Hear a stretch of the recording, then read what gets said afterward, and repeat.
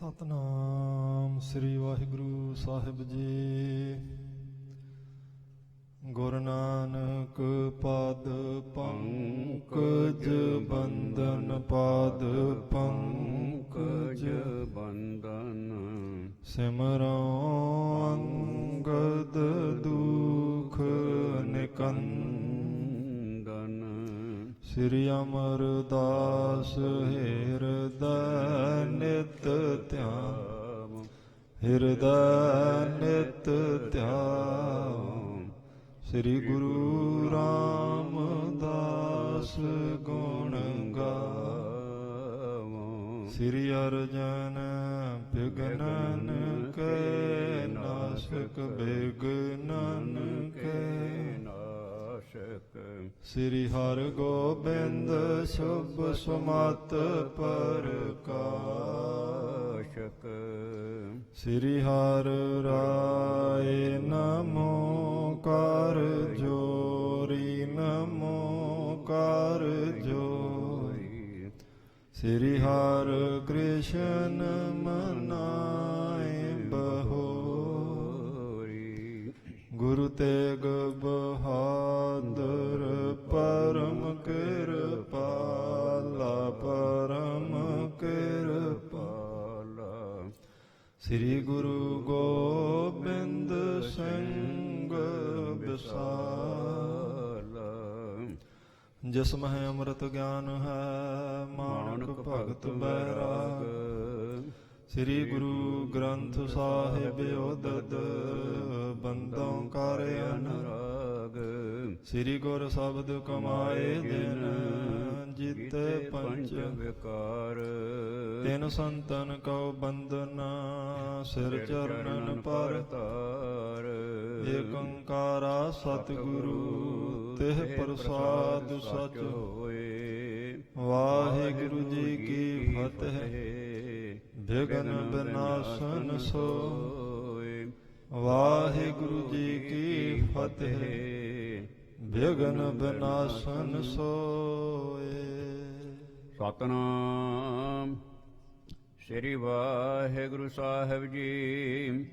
ਸੁਣ ਕੈ ਸਿੱਖ ਨੇ ਸਗਲ ਬਤਾਇਬ, ਮੈਂ ਲਾਉਪੁਰ ਤੇ ਚਲ ਕਰ ਆਇਬ। ਪਤਰੀ ਭੇਜੀ ਅਣਜੁ ਤੁਮਾਰੇ, ਧਰੋਂ ਜਾਏ ਸਤਿਗੁਰੂ ਅਗਾਰੇ।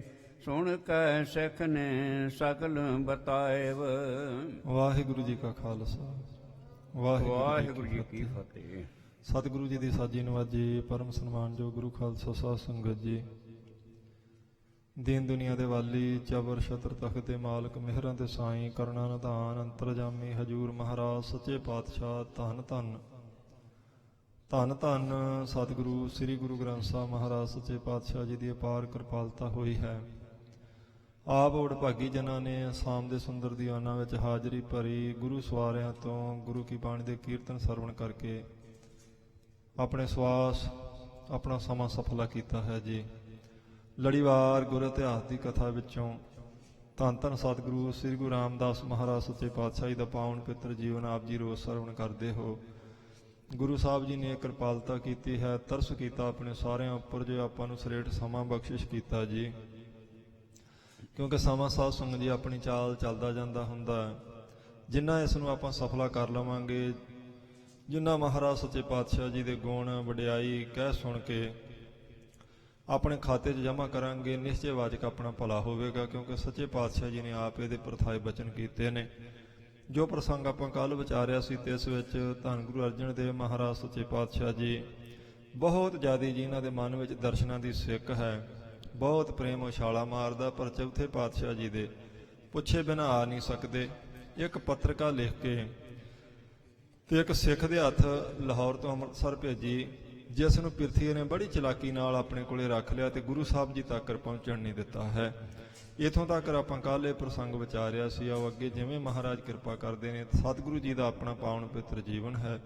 ਮਹਾਰਾਜ ਜੀ ਆਪ ਹੀ ਆਪਣੇ ਸਾਰਿਆਂ ਦੇ ਸਿਰ ਉੱਪਰ ਕਿਰਪਾ ਭਰਿਆ ਹੱਥ ਰੱਖਣ ਜੀ। ਆਪਾਂ ਸਰਵਣ ਕਰਕੇ ਲਾਹਾ ਪ੍ਰਾਪਤ ਕਰੀਏ, ਚਿੱਤ ਦੀਆਂ ਬਿਰਤੀਆਂ ਦੀ ਇਕਾਗਰਤਾ ਬਣੇ। ਇਸ ਲਈ ਗੁਰੂ ਸਾਹਿਬ ਜੀ ਤੋਂ ਅਸੀਸ ਪ੍ਰਾਪਤ ਕਰੀਏ। ਆਖੋ ਜੀ ਸਤਨਾਮ ਸ੍ਰੀ ਵਾਹਿਗੁਰੂ ਸਾਹਿਬ ਜੀ।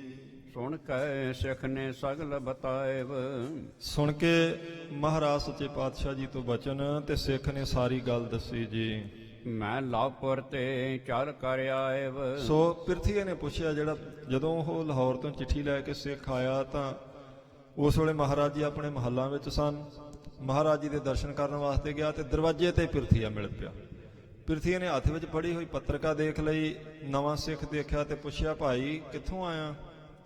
ਉਹਨੇ ਆਖਿਆ, ਜੀ ਲਾਹੌਰ ਤੋਂ ਆਇਆ। ਤੇਰੇ ਹੱਥ ਵਿੱਚ ਕੀ ਹੈ? ਇਹ ਜਦੋਂ ਪੁੱਛਿਆ ਤੇ ਉਸ ਵੇਲੇ ਸਿੱਖ ਨੇ ਸਾਰੀ ਗੱਲ ਦੱਸੀ ਪਿਰਥੀ ਚੰਦ ਨੂੰ ਜੀ। ਪੱਤਰੀ ਭੇਜੀ ਅਣਜੋ ਤੁਮਾਰੇ। ਆਖਿਆ ਵੀ ਇਹ ਚਿੱਠੀ ਹੈ ਜੀ ਤੇ ਤੁਹਾਡੇ ਛੋਟੇ ਭਾਈ ਨੇ ਲਾਹੌਰ ਤੋਂ ਭੇਜੀ ਮੇਰੇ ਹੱਥ। ਘਰੋਂ ਜਾਏ ਸਤਿਗੁਰੂ ਅਗਾਰੇ। ਉਹਨਾਂ ਨੇ ਮੈਨੂੰ ਹੁਕਮ ਕੀਤਾ ਸੀ ਕਿ ਸਤਿਗੁਰੂ ਗੁਰੂ ਰਾਮਦਾਸ ਸੱਚੇ ਪਾਤਸ਼ਾਹ ਜੀ ਦੇ ਚਰਨਾਂ ਵਿੱਚ ਇਹ ਪਹੁੰਚਾਉਣੀ ਹੈ, ਇਸ ਕਰਕੇ ਮੈਂ ਮਹਾਰਾਜ ਦੇ ਦਰਸ਼ਨ ਕਰਨੇ ਨੇ। ਇਹ ਚਿੱਠੀ ਸੱਚੇ ਪਾਤਸ਼ਾਹ ਜੀ ਦੇ ਚਰਨਾਂ ਵਿੱਚ ਰੱਖਣੀ ਹੈ। ਜੋ ਉੱਤਰ ਦੇ ਸੋ ਲੈ ਜਾਉ। ਤੇ ਇਹ ਚਿੱਠੀ ਪੜ੍ਹ ਕੇ, ਇਹ ਪੱਤਰਕਾ ਦੇਖ ਕੇ ਧੰਨ ਗੁਰੂ ਰਾਮਦਾਸ ਮਹਾਰਾਜ ਜੋ ਵੀ ਉੱਤਰ ਦੇਣਗੇ ਉਹ ਮੈਂ ਜਾ ਕੇ ਲਾਹੌਰ ਗੁਰੂ ਅਰਜਨ ਦੇਵ ਮਹਾਰਾਜ ਸੱਚੇ ਪਾਤਸ਼ਾਹ ਜੋ ਆਪ ਜੀ ਦੇ ਛੋਟੇ ਭਾਈ ਨੇ ਉਹਨਾਂ ਨੂੰ ਦੱਸਣਾ ਹੈ। ਗੁਰ ਸੁਤ ਲਗ ਕੋ ਜਾਏ ਸੁਨਾਉ। ਗੁਰੂ ਸਾਹਿਬ ਜੀ ਦੇ ਛੋਟੇ ਜਿਹੜੇ ਸਾਹਿਬਜ਼ਾਦੇ ਨੇ ਉਹਨਾਂ ਨੂੰ ਜਾ ਕੇ ਦੱਸਣਾ ਹੈ ਕਿ ਮਹਾਰਾਜ ਜੀ ਨੇ ਪੱਤਰਕਾ ਦੇਖ ਕੇ ਕੀ ਜਵਾਬ ਦਿੱਤਾ ਸੀ। ਪ੍ਰਿਥਿਆ ਚਮਕਿਓ ਮੋਹੇ ਦਿਖਾਏ। ਸੋ ਪ੍ਰਿਥੀ ਚੰਦ ਸਾਧ ਸੰਗਤ ਜੀ ਉਸ ਵੇਲੇ ਥੋੜਾ ਹੈਰਾਨ ਵੀ ਹੋਇਆ, ਥੋੜੀ ਖਿਝ ਵਿੱਚ ਵੀ ਆ ਗਿਆ ਤੇ ਕਹਿੰਦਾ, ਨਹੀਂ ਮੈਨੂੰ ਦਿਖਾ ਪਹਿਲਾਂ ਚਿੱਠੀ ਇਹ ਕੀ ਲਿਖਿਆ ਹੋਇਆ ਹੈ। ਮੈਂ ਗੁਰ ਨਿਕਟ ਸੋ ਦਿਓ ਪੁਚਾਏ। ਤੇ ਸਿੱਖ ਨੂੰ ਕਹਿਣ ਲੱਗਾ, ਮੈਂ ਗੁਰੂ ਸਾਹਿਬ ਜੀ ਕੋਲੇ ਆਪੇ ਪਹੁੰਚਾ ਦਿਆਂਗਾ ਇਹ ਤੇਰੀ ਪੱਤਰਕਾ। ਤੋਹੇ ਜਾਨ ਕੋ ਅਬਨ ਹੈ ਸਮ। ਕਹਿਣ ਲੱਗਾ, ਹੁਣ ਮਹਾਰਾਜ ਜੀ ਆਰਾਮ ਕਰਦੇ ਪਏ ਨੇ, ਤੇਰਾ ਅੰਦਰ ਜਾਣ ਦਾ ਸਮਾਂ ਨਹੀਂ ਹੈਗਾ, ਤੂੰ ਇਸ ਵੇਲੇ ਦਰਸ਼ਨ ਨਹੀਂ ਕਰ ਸਕਦਾ। ਡੇਰੇ ਜਾਹੋ ਇਹਾਂ ਕਰਨਮ। ਤੇ ਜਾਓ ਜਿੱਥੇ ਸੰਗਤਾਂ ਦੇ ਰਹਿਣ ਦਾ ਪ੍ਰਬੰਧ ਕੀਤਾ ਹੋਇਆ ਵਿਸ਼ਰਾਮ ਦਾ, ਉੱਥੇ ਡੇਰੇ ਜਾ ਕੇ ਰਾਤ ਬਤੀਤ ਕਰ।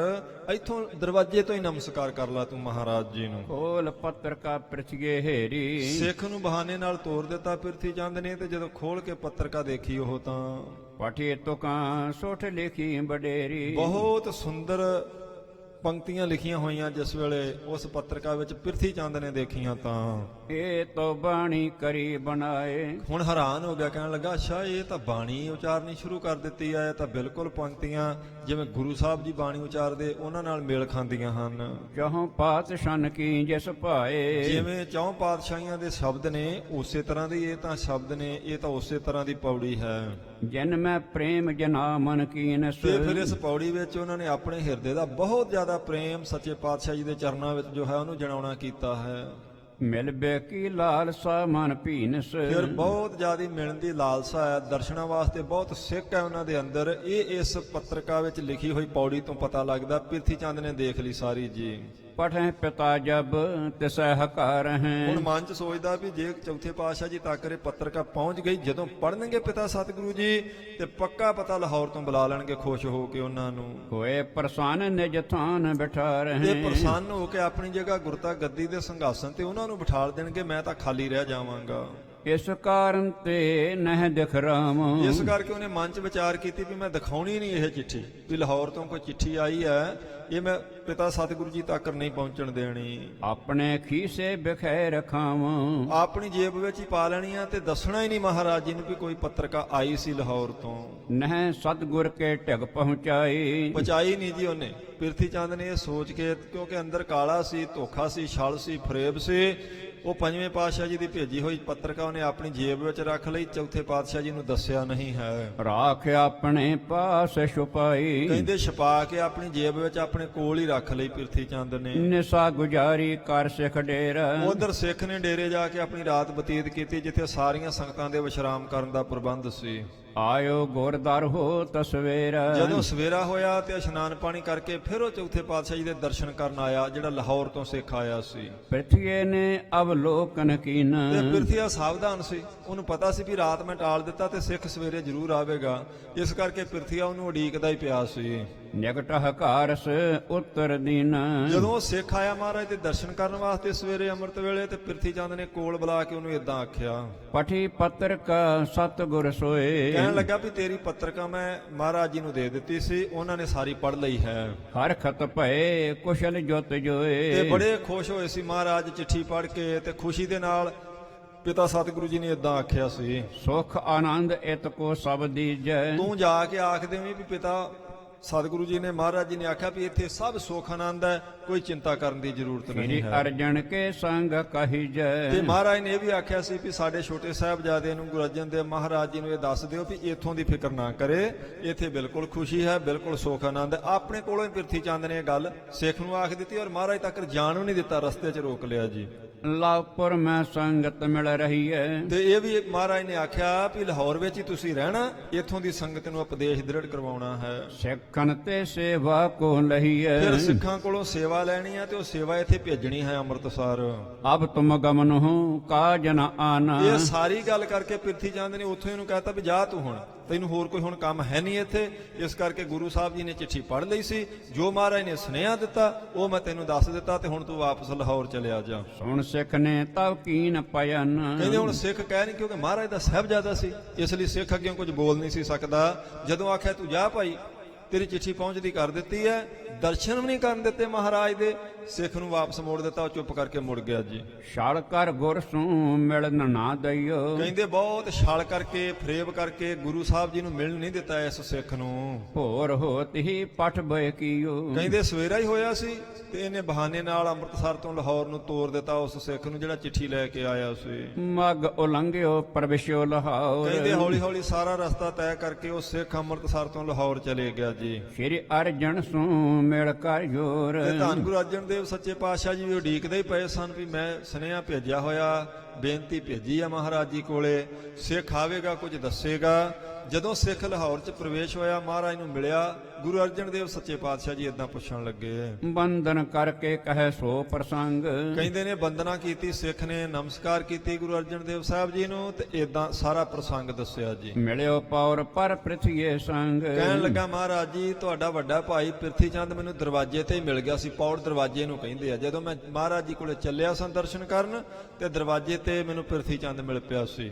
ਲਈ ਪੱਤਰ ਕਾ ਗੁਰ ਢਿੱਗ ਗਇਓ ਤੇ ਉਹ ਮੇਰੇ ਕੋਲੋਂ ਪੱਤਰਕਾ ਲੈ ਲਈ ਸੀ ਤੇ ਕਹਿੰਦਾ ਸੀ ਮੈਂ ਗੁਰੂ ਸਾਹਿਬ ਜੀ ਕੋਲੇ ਆਪੇ ਹੀ ਪਹੁੰਚਾ ਦਿੰਦਾ ਹਾਂ। ਭੋਰ ਭਈ ਮੁਝ ਸੂ ਕਹਿ ਦਇਓ ਤੇ ਜਦੋਂ ਦਿਨੇ ਮੈਂ ਗਿਆ ਮਹਾਰਾਜ ਦੇ ਦਰਸ਼ਨ ਕਰਨ ਵਾਸਤੇ ਤੇ ਫਿਰ ਪ੍ਰਿਥੀ ਚੰਦ ਖੜਾ ਸੀ, ਇਦਾਂ ਮੈਨੂੰ ਆਖਿਆ ਉਸਨੇ, ਕੁਸ਼ਲ ਆਨੰਦ ਦਿਹੋ ਸੁਧ ਜਾਏ ਕਹਿਣ ਲੱਗਾ ਵੀ ਗੁਰੂ ਸਾਹਿਬ ਜੀ ਨੇ ਪੱਤਰਕਾ ਪੜ੍ਹ ਲਈ ਆ, ਸੁੱਖ ਸਾਂਦ ਦਾ ਪਤਾ ਲੱਗ ਗਿਆ ਤੇ ਇੱਥੋਂ ਦੀ ਸੁੱਖ ਸਾਂਦ ਜਾ ਕੇ ਲਾਹੌਰ ਦੱਸ ਦੇਵੀਂ। ਪੜ ਲੀਨਸ ਜੋ ਤੈਂ ਇਤ ਲਿਆਏ ਜੋ ਚਿੱਠੀ ਤੂੰ ਲੈ ਕੇ ਆਇਆ ਸਿੱਖਾ ਉਹ ਗੁਰੂ ਰਾਮਦਾਸ ਸਾਹਿਬ ਜੀ ਨੇ ਪੜ੍ਹ ਲਈ ਹੈ, ਇਦਾਂ ਮੈਨੂੰ ਪ੍ਰਿਥੀ ਚੰਦ ਨੇ ਆਖਿਆ ਸੀ ਜੀ। ਸੁਣ ਸ੍ਰੀ ਅਰਜਨ ਚਿੰਤ ਉਪਾਈ ਕਹਿੰਦੇ ਉਹ ਸਿੱਖ ਕੋਲੋਂ ਗੱਲ ਸੁਣ ਕੇ ਤੇ ਧੰਨ ਗੁਰੂ ਅਰਜਨ ਦੇਵ ਸੱਚੇ ਪਾਤਸ਼ਾਹ ਜੀ ਦੇ ਮਨ ਨੂੰ ਕੁਝ ਚਿੰਤਾ ਲੱਗੀ ਜੀ। ਮੋਹਿ ਵਿਸਾਰਿਓ ਪਿਤਾ ਸੁਖਦਾਈ ਮਨ 'ਚ ਸੋਚਦੇ ਨੇ ਵੀ ਸੁੱਖ ਦੇਣ ਵਾਲੇ ਸਤਿਗੁਰੂ ਸਾਹਿਬ ਜੀ ਨੇ, ਮਹਾਰਾਜ ਜੀ ਨੇ, ਪਿਤਾ ਜੀ ਨੇ ਮੈਨੂੰ ਭੁਲਾ ਦਿੱਤਾ ਹੋਵੇਗਾ, ਕੀ ਗੱਲ ਹੈ ਵੀ ਕੋਈ ਜਵਾਬ ਮੇਰੇ ਬਾਰੇ ਦੱਸਿਆ ਨਹੀਂ ਵੀ ਮੈਂ ਕਦੋਂ ਆਉਣਾ, ਕਦੋਂ ਦਰਸ਼ਨ ਕਰ ਸਕਦਾ ਹਾਂ। ਦੂਰ ਰਹੇ ਨਿਤ ਹੋਏ ਨਾ ਪਿਆਰ ਹੁਣ ਮਨ ਜੀ ਵਿਚਾਰਦੇ ਨੇ ਪੰਜਵੇਂ ਪਾਤਸ਼ਾਹ ਵੀ ਮੈਨੂੰ ਦੂਰ ਕਰ ਦਿੱਤਾ ਆਪਣੇ ਤੋਂ, ਸ਼ਾਇਦ ਮੇਰੇ ਨਾਲ ਪਿਆਰ ਨਹੀਂ ਰਹਿ ਗਿਆ ਮਹਾਰਾਜ ਜੀ ਦਾ। ਢਿੱਗ ਵਰਤੀ ਸੰਗ ਪ੍ਰੇਮ ਉਧਾਰ ਕਿਉਂਕਿ ਢਿੱਗ ਵਰਤੀ ਹੁੰਦਾ ਨਿਕਟ ਵਰਤੀ, ਜਿਹੜੇ ਨੇੜੇ ਰਹਿਣ ਵਾਲੇ ਨੇ ਮਹਾਰਾਜ ਜੀ ਦਾ ਉਹਨਾਂ ਨਾਲ ਬਹੁਤਾ ਪਿਆਰ ਹੋਵੇਗਾ। ਪਤਾ ਨਹੀਂ ਕਿਉਂ ਮਹਾਰਾਜ ਜੀ ਨੇ ਕੋਈ ਮੈਨੂੰ ਸੁਨੇਹਾ ਨਹੀਂ ਦਿੱਤਾ, ਪਠੀ ਪੱਤਰ ਕਾ ਉੱਤਰ ਨਾ ਲਿਖਿਓ ਕਿਉਂਕਿ ਮਹਾਰਾਜ ਜੀ ਨੇ ਕੋਈ ਉੱਤਰ ਲਿਖ ਕੇ ਭੇਜਣਾ ਸੀ ਚਿੱਠੀ ਦੇ ਜਵਾਬ ਵਿੱਚ। ਮੈਂ ਬੇਨਤੀ ਭੇਜੀ ਸੀ ਪੱਤਰਕਾ ਲਿਖ ਕੇ, ਗੁਰੂ ਸਾਹਿਬ ਜੀ ਨੇ ਕੁਝ ਅੱਗਿਓਂ ਲਿਖ ਕੇ ਜਵਾਬ ਨਹੀਂ ਭੇਜਿਆ। ਮੁਝ ਸੋ ਪ੍ਰੇਮ ਨਾ ਜਾਂ ਤੇ ਪਿਖਿਓ ਭਈ ਮੈਨੂੰ ਐ ਲੱਗਦਾ ਮਹਾਰਾਜ ਜੀ ਦਾ ਮੇਰੇ ਨਾਲ ਪ੍ਰੇਮ ਨਹੀਂ ਹੋਵੇਗਾ, ਕੀ ਗੱਲ ਹੋ ਗਈ ਹੈ। ਅੰਤਰਜਾਮੀ ਗੁਰੂ ਉਦਾਰੇ ਪਰ ਫਿਰ ਆਪੇ ਮਨ ਚ ਸੋਚਦੇ ਵੀ ਗੁਰੂ ਸਾਹਿਬ ਤਾਂ ਅੰਤਰਜਾਮੀ ਹੈ, ਉਹਨਾਂ ਕੋਲ ਤਾਂ ਛੁਪਿਆ ਹੀ ਕੁਝ ਨਹੀਂ, ਉਹਨਾਂ ਨੂੰ ਤਾਂ ਸਭ ਪਤਾ ਵੀ ਮੈਂ ਦਰਸ਼ਨਾਂ ਤੋਂ ਬਿਨਾਂ ਤੜਫਦਾ ਪਿਆ ਮੇਰਾ ਮਨ, ਵੀ ਮਹਾਰਾਜ ਤਾਂ ਦਾਤੇ ਸਰੂਪ ਨੇ, ਜਾਣਦੇ ਨੇ ਸਾਰੀ ਦਿਲ ਦੀ ਗੱਲ। ਜਾਣਿਓ ਕਿਮਨ ਹੈ ਪ੍ਰੇਮ ਹਮਾਰੇ ਤੇ ਫਿਰ ਮਹਾਰਾਜ ਜੀ ਨੇ ਮੇਰੇ ਦਿਲ ਦਾ ਪ੍ਰੇਮ ਕਿਉਂ ਨਹੀਂ ਜਾਣਿਆ, ਜਦੋਂ ਸਭ ਕੁਝ ਜਾਣਦੇ ਆ, ਉਹ ਅੰਤਰਜਾਮੀ ਨੇ, ਉਹਨਾਂ ਨੂੰ ਤਿੰਨਾਂ ਲੋਕਾਂ ਦੀ ਸੋਝੀ ਹੈ, ਤੇ ਮਹਾਰਾਜ ਜੀ ਨੇ ਮੇਰੇ ਦਿਲ ਦਾ ਪ੍ਰੇਮ ਕਿਉਂ ਨਹੀਂ ਪਛਾਣਿਆ। ਫਿਰ ਦਰਸ਼ਨ ਕੋ ਚਾਹਤ ਦਿਨ ਰਹਿਣ ਕਿਉਂਕਿ ਮੈਂ ਤੇ ਦਿਨੇ ਰਾਤ ਮਹਾਰਾਜ ਜੀ ਦੇ ਦਰਸ਼ਨ ਚਾਹੁੰਦਾ ਹਾਂ, ਤਰਸਦਾ ਪਿਆ ਮੇਰਾ ਮਨ।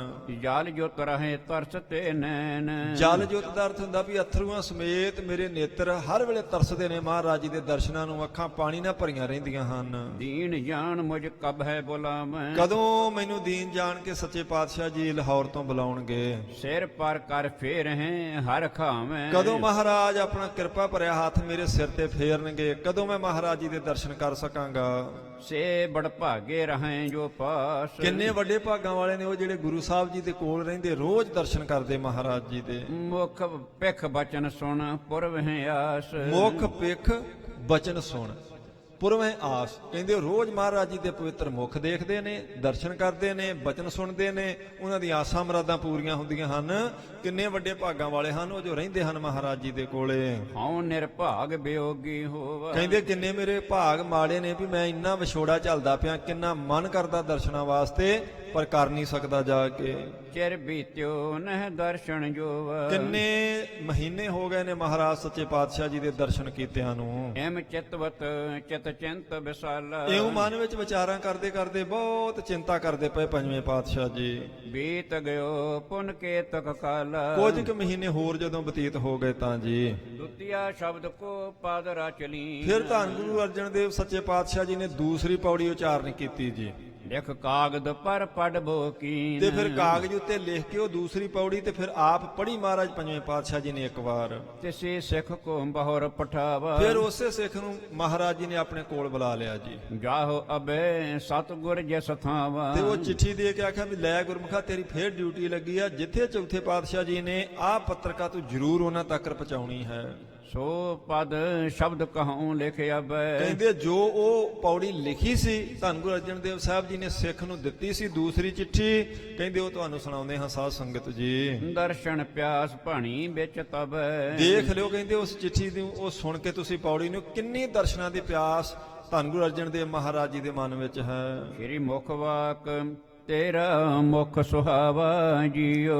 ਵੇ ਗੁਰੂ ਰਾਮਦਾਸ ਮਹਾਰਾਜ ਸੱਚੇ ਪਾਤਸ਼ਾਹ ਕਿੰਨਾ ਪਵਿੱਤਰ ਤੇ ਸੋਭਨੀਕ ਆਪ ਜੀ ਦਾ ਮੁਖ ਹੈ, ਕਦੋਂ ਦੇਖਾਂਗਾ ਮੈਂ। ਸਹਿਜ ਧੁਨ ਬਾਣੀ। ਆਪ ਜੀ ਦੀ ਪਵਿੱਤਰ ਬਾਣੀ ਦੀ ਧੁਨੀ ਜਦੋਂ ਤੁਸੀਂ ਬਾਣੀ ਉਚਾਰਦੇ ਜੇ, ਗਿਆਨ ਦਾ ਮੀਂਹ ਪਾ ਦਿੰਦੀ ਆ ਮਨਾਂ ਦੇ ਉੱਤੇ। ਇੰਨੀ ਪਵਿੱਤਰ ਬਾਣੀ, ਇੰਨੇ ਪਵਿੱਤਰ ਮੁਖ ਤੋਂ ਤੁਸੀਂ ਜਦੋਂ ਉਚਾਰਦੇ ਹੋ। ਚਿਰ ਹੋਵਾ ਦੇਖੈ ਸਾਰੰਗ ਪਾਣੀ। ਇਹ ਅਕਾਲ ਪੁਰਖ ਵਾਹਿਗੁਰੂ ਦੇ ਸਰੂਪ ਬਹੁਤ ਚਿਰ ਹੋ ਗਿਆ ਆਪ ਜੀ ਦੇ ਦਰਸ਼ਨ ਕੀਤਿਆਂ। ਸਾਰੰਗ ਪਾਣੀ ਪ੍ਰਮਾਤਮਾ ਵਾਸਤੇ ਸਾਧ ਸੰਗਤ ਜੀ ਵਰਤਿਆ ਜਾਂਦਾ ਹੈ।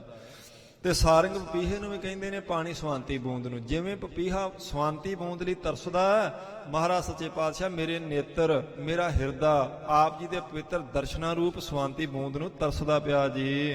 ਧਨ ਸੁਦੇਸ਼ ਜਹਾਂ ਤੂੰ ਵਸਿਆ। ਮਹਾਰਾਜ ਕਿੰਨੀ ਧਨ ਉਹ ਧਰਤੀ ਹੈ, ਕਿੰਨਾ ਭਾਗਾਂ ਵਾਲਾ ਉਹ ਦੇਸ਼ ਹੈ ਜਿੱਥੇ ਆਪ ਜੀ ਵਸਦੇ ਪਏ ਹੋ। ਮੇਰੇ ਸੱਜਣ ਮੀਤ ਮੁਰਾਰੇ ਜੀਓ। ਇਹ ਮੇਰੇ ਇਸ ਲੋਕ ਦੇ ਸੱਜਣ ਤੇ ਪ੍ਰਲੋਕ ਦੇ ਮਿੱਤਰ ਜੀ, ਧੰਨ ਗੁਰੂ ਰਾਮਦਾਸ ਪਿਤਾ ਸਤਿਗੁਰੂ ਜੀ, ਭਾਗਾਂ ਵਾਲੀ ਉਹ ਧਰਤੀ ਜਿੱਥੇ ਆਪ ਜੀ ਵਸਦੇ ਹੋ। ਕਿੰਨਾ ਪਵਿੱਤਰ ਆਪ ਦਾ ਮੁਖ ਹੈ, ਕਿੰਨੇ ਚੰਗੇ ਭਾਗਾਂ ਵਾਲੇ ਉਹ ਨੇ ਜੋ ਰੋਜ਼ ਦਰਸ਼ਨ ਕਰਦੇ ਨੇ। ਮੈਨੂੰ ਤਾਂ ਚਿਰ ਹੋ ਗਿਆ ਮਹਾਰਾਜ ਆਪ ਜੀ ਦਾ ਪਵਿੱਤਰ ਮੁਖ ਦੇਖੇ ਨੂੰ। ਹਾਂ ਕੋਲੀ ਹਾਂ ਕੋਲ ਕਮਾਈ। ਮਹਾਰਾਜ ਮੈਂ ਮਨ ਕਰਕੇ ਵਾਰਨੇ ਜਾਣਾ ਆਪ ਜੀ ਦੇ ਦਰਸ਼ਨਾਂ ਤੋਂ, ਤਨ ਕਰਕੇ ਬਲਹਾਰਨੇ ਜਾਂਦਾ ਹਾਂ। ਗੁਰ ਸੱਜਣ ਮੀਤ ਮੁਰਾਰੇ ਜੀਓ। ਮੇਰੇ ਇਸ ਲੋਕ ਦੇ ਸੱਜਣ ਤੇ ਪ੍ਰਲੋਕ ਦੇ ਮਿੱਤਰ ਗੁਰੂ ਸਾਹਿਬ ਜੀ ਮੇਰੇ ਤੇ ਕਿਰਪਾ ਕਰੋ। ਰਹਾਉ ਬਸਰਾਮ ਲਾਇਆ ਮਹਾਰਾਜ ਜੀ ਨੇ ਦੂਸਰੀ ਪੌੜੀ ਤੋਂ ਕਾਗਦ ਬਾਅਦ। ਕੋ ਸਕੇਲ ਕਰ ਦਿਨ। ਕਹਿੰਦੇ ਕਾਗਜ਼ ਉਹ ਫਿਰ ਸਕੇਲ ਹੁੰਦਾ ਇਕੱਠਾ ਕਰਨਾ, ਤੈਅ ਲਾ ਕੇ ਬੜੇ ਅਦਬ ਨਾਲ ਉਹ ਚਿੱਠੀ ਜਿਸ ਵਿੱਚ ਪੌੜੀ ਲਿਖੀ ਸੀ ਪੰਜਵੇਂ ਪਾਤਸ਼ਾਹ ਜੀ ਨੇ ਉਸ ਸਿੱਖ ਨੂੰ ਦਿੱਤੀ ਜੀ। ਸਿੱਖ ਨੇ ਲੈ ਕਰ ਪਿਆ ਨਾ ਕੀਨ। ਉਹ ਚਿੱਠੀ ਲੈ ਕੇ ਦੂਸਰੀ ਪੱਤਰਕਾ ਲੈ ਕੇ ਤੇ ਸਿੱਖ ਚੱਲ ਪਿਆ ਲਾਹੌਰ ਤੋਂ ਅੰਮ੍ਰਿਤਸਰ ਵੱਲੇ। ਸੁਦਾ ਸਰੋਵਰ ਕੋ ਚਲ ਆਇਬ। ਆ ਰਿਹਾ ਜੀ ਉਹ ਚੱਕ ਗੁਰੂ ਕੇ ਵੱਲ ਨੂੰ, ਅੰਮ੍ਰਿਤਸਰ ਵੱਲ ਨੂੰ। ਤਰਨ ਦੁਰੇ ਗੁਰ ਦਰ ਦਰ ਸਾਹਿਬ। ਜਦੋਂ ਅੰਮ੍ਰਿਤਸਰ ਪਹੁੰਚਿਆ ਤੇ ਤਰਨ ਦੁਰੇ, ਤਰਨ ਸੂਰਜ ਨੂੰ ਕਹਿੰਦੇ, ਦੁਰੇ ਛਿਪਣ ਨੂੰ ਕਹਿੰਦੇ। ਸੂਰਜ ਛਿਪਣ ਵਾਲਾ ਸੀ ਜਦੋਂ ਉਹ ਸਿੱਖ ਲਾਹੌਰ ਤੋਂ ਅੰਮ੍ਰਿਤਸਰ ਪਹੁੰਚਿਆ ਜੀ। ਤਿਸ ਸ਼ਨ ਹੋਤ ਸਦਨ ਕੇ ਮਾਹੇ। ਉਸ ਵੇਲੇ ਵੀ ਗੁਰੂ ਸਾਹਿਬ ਜੀ ਸਮਾਪਤੀ ਕਰਕੇ ਦੀਵਾਨ ਦੇ ਸ਼ਾਮ ਦੀ ਤੇ ਆਪਣੇ ਮਹੱਲਾਂ ਵਿੱਚ ਚਲੇ ਗਏ ਸਨ। ਵਹਿਰ ਨਾ ਹੋਤੇ ਮਿਲੇ ਕਿਸ ਪਾਹੇ। ਦੀਵਾਨ ਲੱਗਾ ਹੋਇਆ ਨਹੀਂ ਸੀ, ਬਾਹਰ ਨਹੀਂ ਸਨ ਮਹਾਰਾਜ ਜੀ, ਇਸ ਕਰਕੇ ਉਹ ਸਿੱਖ ਦਰਸ਼ਨ ਨਹੀਂ ਕਰ ਸਕਿਆ। ਜਦੋਂ ਸਿੱਖ ਪਹੁੰਚਿਆ ਉਦੋਂ ਸੂਰਜ ਛਿਪ ਚੁੱਕਾ ਸੀ। ਮਹਾਰਾਜ ਚੌਥੇ ਪਾਤਸ਼ਾਹ ਜੀ ਦੀਵਾਨ ਦੀ ਸਮਾਪਤੀ ਕਰਕੇ ਤੇ ਆਪਣੇ ਮਹੱਲਾਂ ਵਿੱਚ ਜਾ ਚੁੱਕੇ ਸਨ। ਸ਼੍ਰੀਓ ਪੌਰਪੁਰ ਘਟਕਾ ਜਬ। ਕਹਿੰਦੇ ਨੇ ਇੱਕ ਘੜੀ ਇਹ ਸਿੱਖ ਮਹਾਰਾਜ ਜੀ ਦੇ ਗੁਰੂ ਕੇ ਮਹਿਲ ਜਿੱਥੇ ਗੁਰਦੁਆਰਾ ਉੱਥੇ ਮਹਾਰਾਜ ਜੀ ਦੇ ਮਹੱਲ ਸਨ।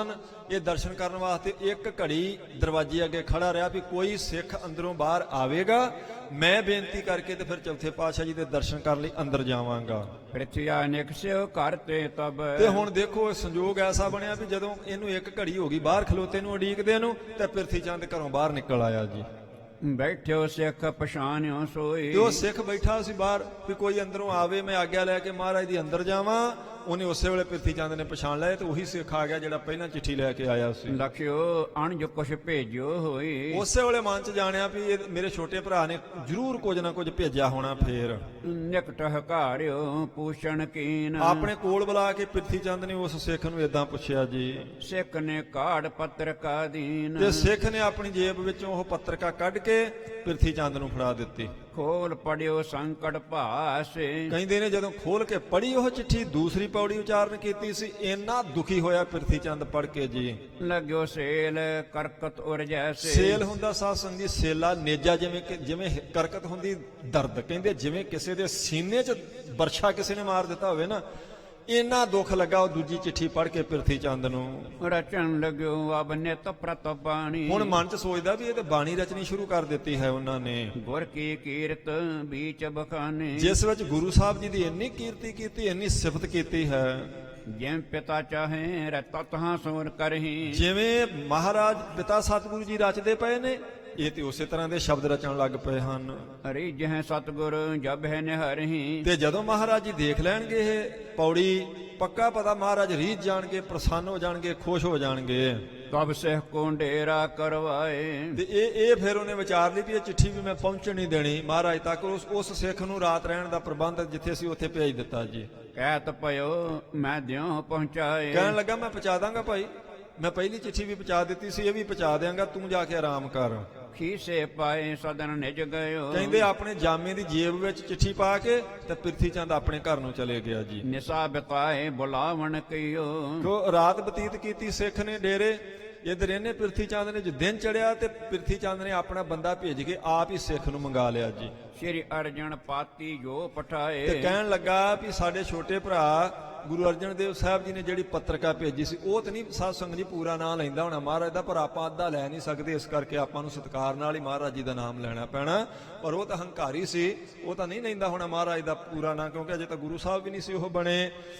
ਤੇ ਉਹਨੇ ਆਖਿਆ ਜਿਹੜੀ ਉਹਨਾਂ ਨੇ ਚਿੱਠੀ ਭੇਜੀ ਹੈ, ਗੁਰੂ ਪਿਤਾ ਪਠ ਕਰ ਹਰ ਖਾਏ, ਕਹਿਣ ਲੱਗਾ ਮੈਂ ਚਿੱਠੀ ਦੇ ਦਿੱਤੀ ਸੀ ਪਿਤਾ ਗੁਰੂ ਜੀ ਨੂੰ, ਬੜੇ ਖੁਸ਼ ਹੋਏ ਸੀ ਮਹਾਰਾਜ ਪੜ੍ਹ ਕੇ। ਕੁਸ਼ਲ ਛੇਮ ਸਭ ਜਾਣੀ ਗਈ, ਸਾਰੀ ਸੁੱਖ ਸਾਂਦ ਦਾ ਪਤਾ ਲੱਗ ਗਿਆ ਮਹਾਰਾਜ ਜੀ ਨੂੰ ਚਿੱਠੀ ਪੜ੍ਹ ਕੇ। ਝੂਠੀ ਬੋਲੀ ਜਾਂਦਾ ਪ੍ਰਿਥੀ ਚੰਦ, ਹੈ ਆਨੰਦ ਇਤ ਤੇ ਸੁਧ ਦਈ, ਤੇ ਮਹਾਰਾਜ ਨੇ ਇਹ ਵੀ ਖਬਰ ਦੇ ਦਿੱਤੀ ਵੀ ਇੱਥੇ ਵੀ ਸੁੱਖ ਸਾਂਦ ਹੈ। ਲਾਹੌਰ ਦੀ ਸੁੱਖ ਸਾਂਦ ਦਾ ਪਤਾ ਲੱਗ ਗਿਆ ਮਹਾਰਾਜ ਨੂੰ, ਤੇ ਗੁਰੂ ਸਾਹਿਬ ਨੇ ਆਖਿਆ ਸੀ ਵੀ ਉਹਨਾਂ ਨੂੰ ਕਹਿ ਦਿਓ ਇੱਥੇ ਅੰਮ੍ਰਿਤਸਰ ਵਿੱਚ ਵੀ ਬਿਲਕੁਲ ਸੁੱਖ ਸਾਂਦ ਹੈ। ਲਾਪੁਰ ਕੋ ਅਬ ਕਰੋ ਪਿਆਨਾ, ਤੇ ਤੂੰ ਗੁਰਮੁਖਾ ਲਾਹੌਰ ਚਲਿਆ ਜਾ ਹੁਣ। ਕਿਉਂਕਿ ਚਿੱਠੀ ਤੇਰੀ ਪਹੁੰਚ ਗਈ ਹੈ, ਗੁਰੂ ਸਾਹਿਬ ਜੀ ਨੇ ਸੁਨੇਹਾ ਦੇ ਦਿੱਤਾ ਹੈ। ਇਮ 300 ਸਤਿਗੁਰੂ ਬਖਾਨਾ, ਇਹ ਮਹਾਰਾਜ ਜੀ ਨੇ ਇਹ ਸੁਨਾਹ ਦੇ ਦਿੱਤਾ ਜਿਹੜਾ ਤੂੰ ਜਾ ਕੇ ਦੇਣਾ ਉਹਨਾਂ ਨੂੰ, ਸਾਡੇ ਛੋਟੇ ਭਾਈ ਨੂੰ। ਧਰਮਸਾਲ ਕੀ ਸੇਵਾ ਕਰਵਾਵੋ, ਨਾਲ ਇਹ ਵੀ ਕਹਿ ਦੇਣਾ ਵੀ ਮਹਾਰਾਜ ਜੀ ਨੇ ਆਖਿਆ ਸੀ ਇੱਥੇ ਹੀ ਰਹਿਣਾ ਲਾਹੌਰ, ਤੇ ਧਰਮਸ਼ਾਲਾ ਦੀ ਸੇਵਾ ਕਰਨੀ ਹੈ। ਸਭ ਸੰਗਤ ਕੋ ਮੇਲ ਬਣਾਵੋ, ਸਾਰੀਆਂ ਸੰਗਤਾਂ ਦਾ ਮੇਲ ਕਰਿਆ ਕਰਨਾ ਦੋਵੇਂ ਸਮੇਂ। ਗੁਰੂ ਸਾਹਿਬ ਜੀ ਦਾ ਉਪਦੇਸ਼ ਲਾਹੌਰ ਦੀਆਂ ਸੰਗਤਾਂ ਨੂੰ, ਉਸ ਇਲਾਕੇ ਦੀਆਂ ਸੰਗਤਾਂ ਨੂੰ ਦੇਣਾ ਹੈ।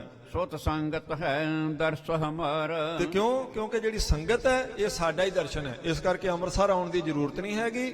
ਇੱਥੇ ਸੰਗਤ ਦੀ ਸੇਵਾ ਕਰੋ, ਸੰਗਤ ਦਾ ਦਰਸ਼ਨ ਸਮਝ ਲਓ ਸਾਡਾ ਹੀ ਦਰਸ਼ਨ ਹੈ। ਇਦਾਂ ਆਖਿਆ ਮਹਾਰਾਜ ਜੀ ਨੇ, ਤੂੰ ਜਾ ਕੇ ਇਦਾਂ ਲਾਹੌਰ ਕਹਿਣਾ ਹੈ। ਮਿਲਹ ਕਰੋ ਸਿੱਖਣ ਨਿਸਤਾਰ, ਤੇ ਬਸ ਇੱਥੇ ਸੰਗਤਾਂ ਦੇ ਨਾਲ ਮਿਲਾਪ ਕਰੀ ਰੱਖੋ, ਸੰਗਤਾਂ ਦਾ ਭਲਾ ਕਰੋ, ਪਾਰ ਉਤਾਰਾ ਕਰੋ। ਸੁਣ ਕਹਿਤੇ ਹਕੀਨ ਸਪਰਸਥਾਨ, ਕਹਿੰਦੇ ਸੁਣ ਕੇ ਸਿੱਖ ਵਿਚਾਰਾ ਮੁੜ ਗਿਆ ਉੱਥੋਂ ਹੀ ਫੇਰ ਜੀ ਲਾਹੌਰ ਨੂੰ, ਫਿਰ ਨਹੀਂ ਦਰਸ਼ਨ ਕਰਨ ਦਿੱਤੇ ਚੌਥੇ ਪਾਤਸ਼ਾਹ ਜੀ ਦੇ। ਪ੍ਰਥੀਏ ਤਬੈ ਵਿਚਾਰ ਨਠਾਨਾ, ਹੁਣ ਪ੍ਰਿਥਿਆ ਮਨ 'ਚ ਵਿਚਾਰ ਕਰਦਾ ਸਿੱਖ ਨੂੰ ਤੋਰ ਕੇ, ਕਸ਼ਟ ਬਰਖ ਕਸ਼ੀ ਉਪਰ ਮਾਸ। ਕੀ ਵਿਚਾਰ ਕਹਿੰਦਾ ਵੀ ਗੁਰੂ ਸਾਹਿਬ ਜੀ ਦੀ ਉਮਰ 6 ਮਹੀਨੇ ਤੇ ਕੁਝ 6 ਸਾਲ ਤੇ ਕੁਝ ਉੱਪਰ ਮਹੀਨੇ ਸੀ, ਜਿਹੜੀ ਤੀਸਰੇ ਪਾਤਸ਼ਾਹ ਜੀ ਨੇ ਦਿੱਤੀ ਸੀ।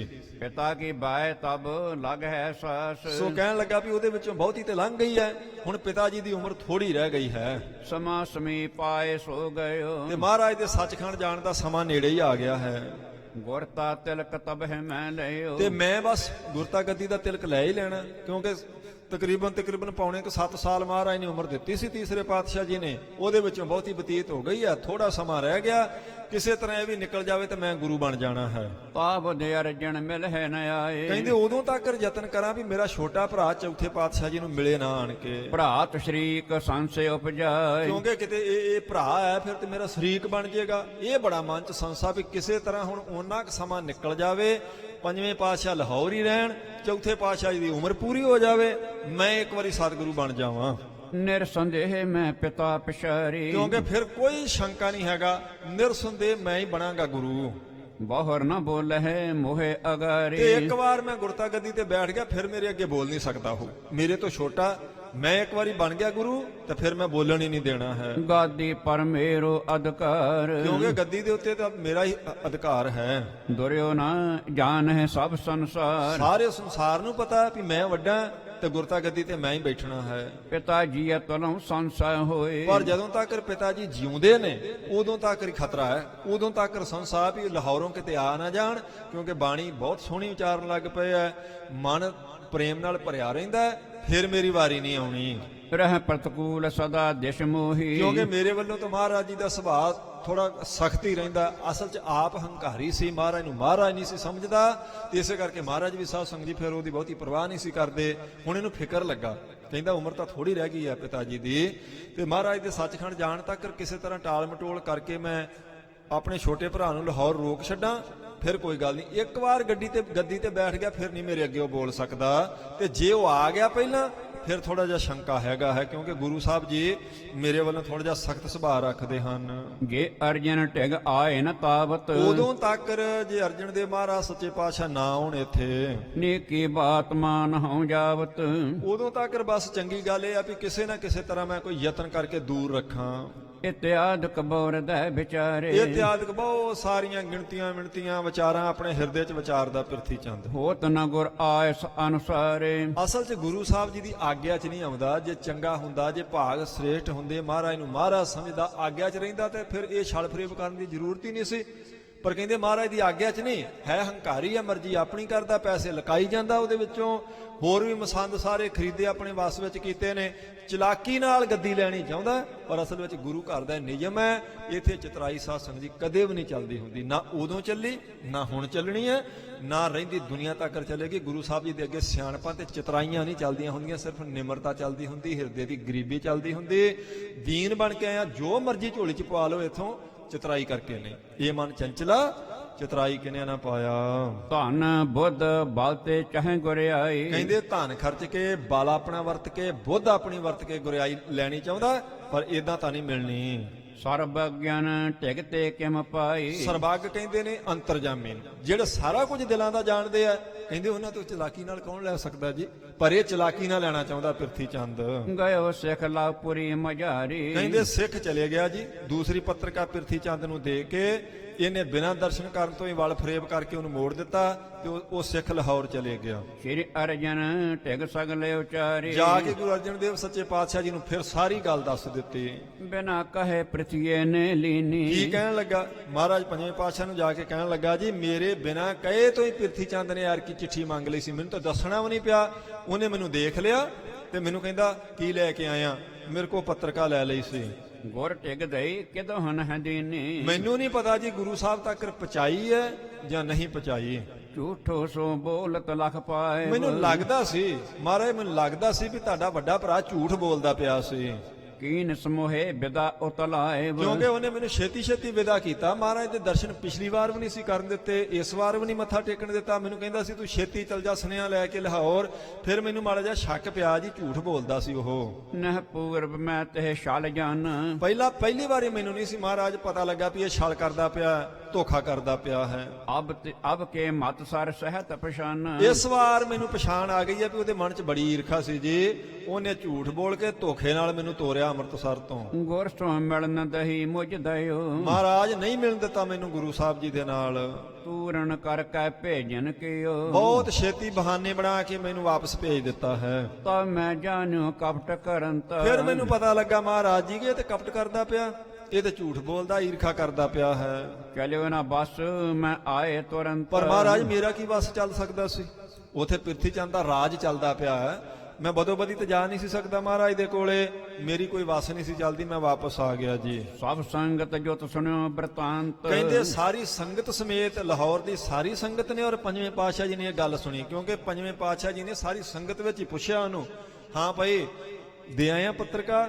ਕੀ ਆਖਿਆ ਮਹਾਰਾਜ ਨੇ? ਉਹਨੇ ਸਾਰੀ ਗੱਲ ਸੰਗਤ 'ਚ ਦੱਸੀ। ਸਾਰੀ ਸੰਗਤ ਨੂੰ ਵੀ ਪਤਾ ਲੱਗ ਗਿਆ ਵੀ ਇਹ ਪ੍ਰਿਥੀ ਚੰਦ ਚਲਾਕੀ ਕਰਦਾ ਪਿਆ ਹੈ। ਜਾਨਿ ਪ੍ਰਥਿਆ ਛਲੀ ਛਲੰਤ, ਸਾਰੀ ਸੰਗਤ ਨੇ ਜਾਣ ਲਿਆ ਵੀ ਇਹ ਛਲੀਆ ਹੈ, ਪ੍ਰਿਥੀ ਚੰਦ ਛਲ ਕਰਦਾ ਪਿਆ ਮਹਾਰਾਜ ਨਾਲ। ਨਿਸ਼ਚੈ ਸ੍ਰੀ ਅਰਜਨ ਉਰ ਜਨ, ਜਾਣ ਲਿਆ ਧੰਨ ਗੁਰੂ ਅਰਜਨ ਦੇਵ ਸਾਹਿਬ ਜੀ ਨੇ ਨਿਸ਼ਚਾ ਕਰਕੇ ਭਈ ਇਹ ਚਲਾਕੀ ਨਾਲ ਸਾਨੂੰ ਦੂਰ ਰੱਖਣਾ ਚਾਹੁੰਦਾ ਹੈ। ਕਰਹਿ ਸ਼ਰੀਕ ਪਨੋ ਛਲ ਸਨ, ਮਹਾਰਾਜ ਨੇ ਜਾਣ ਲਿਆ ਸ਼ਰੀਕਪੁਣਾ ਸਾਡੇ ਨਾਲ ਕਰਦਾ, ਅਸੀਂ ਬਿਲਕੁਲ ਨਹੀਂ ਇਹਦੇ ਨਾਲ ਕਰਦੇ, ਪਰ ਉਹ ਬਿਨਾਂ ਵਜ੍ਹਾ ਈਰਖਾ ਕਰੀ ਜਾਂਦਾ ਅੱਗੋਂ। ਬਹੁਰ ਤ੍ਰਿਤੀ ਪਦ ਸ਼ਬਦ ਬਣਾਏ, ਕਹਿੰਦੇ ਫਿਰ ਤੀਸਰੀ ਪੱਤਰਕਾ ਮਹਾਰਾਜ ਪੰਜਵੇਂ ਪਾਤਸ਼ਾਹ ਜੀ ਨੇ ਲਿਖੀ ਜੀ, ਤੀਸਰੀ ਪੌੜੀ ਸ਼ਬਦ ਦੀ ਉਚਾਰਨ ਕੀਤੀ, ਮਿਲ ਨ ਪਿਆਸ ਕੋ ਅਦਕ ਜਨਾਇਬ, ਜਿਸ ਵਿੱਚ ਬਹੁਤ ਜ਼ਿਆਦੀ ਪਿਆਸ ਫਿਰ ਮਹਾਰਾਜ ਜੀ ਨੂੰ ਮਿਲਣ ਦੀ ਸੱਚੇ ਪਾਤਸ਼ਾਹ ਜੀ ਨੇ ਲਿਖੀ ਹੈ। ਲਿਖੀ ਕਾਗਦ ਪਰ ਇਕੱਠੋ ਕੀਨ, ਕਹਿੰਦੇ ਕਾਗਜ਼ ਉੱਪਰ ਲਿਖ ਕੇ ਤੀਸਰੀ ਪੌੜੀ ਤੇ ਉਹ ਕਾਗਜ਼ ਇਕੱਠਾ ਕੀਤਾ, ਬੜੇ ਅਦਬ ਨਾਲ ਤਹਿ ਲਾ ਲਿਆ ਜੀ। ਲਿਖੋ ਇਹਾਂ ਸੋ ਪਾਠ ਪਰਬੀਨ, ਕਹਿੰਦੇ ਜੋ ਲਿਖਿਆ ਸੀ ਉਸ ਪੌੜੀ ਵਿੱਚ, ਕਹਿੰਦੇ ਆਓ ਸਾਧ ਸੰਗਤ ਜੀ ਤੁਹਾਨੂੰ ਸੁਣਾਈਏ ਉਹ ਤੀਸਰੀ ਪੌੜੀ। ਮੇਰੀ ਮੁਖ ਵਾਕ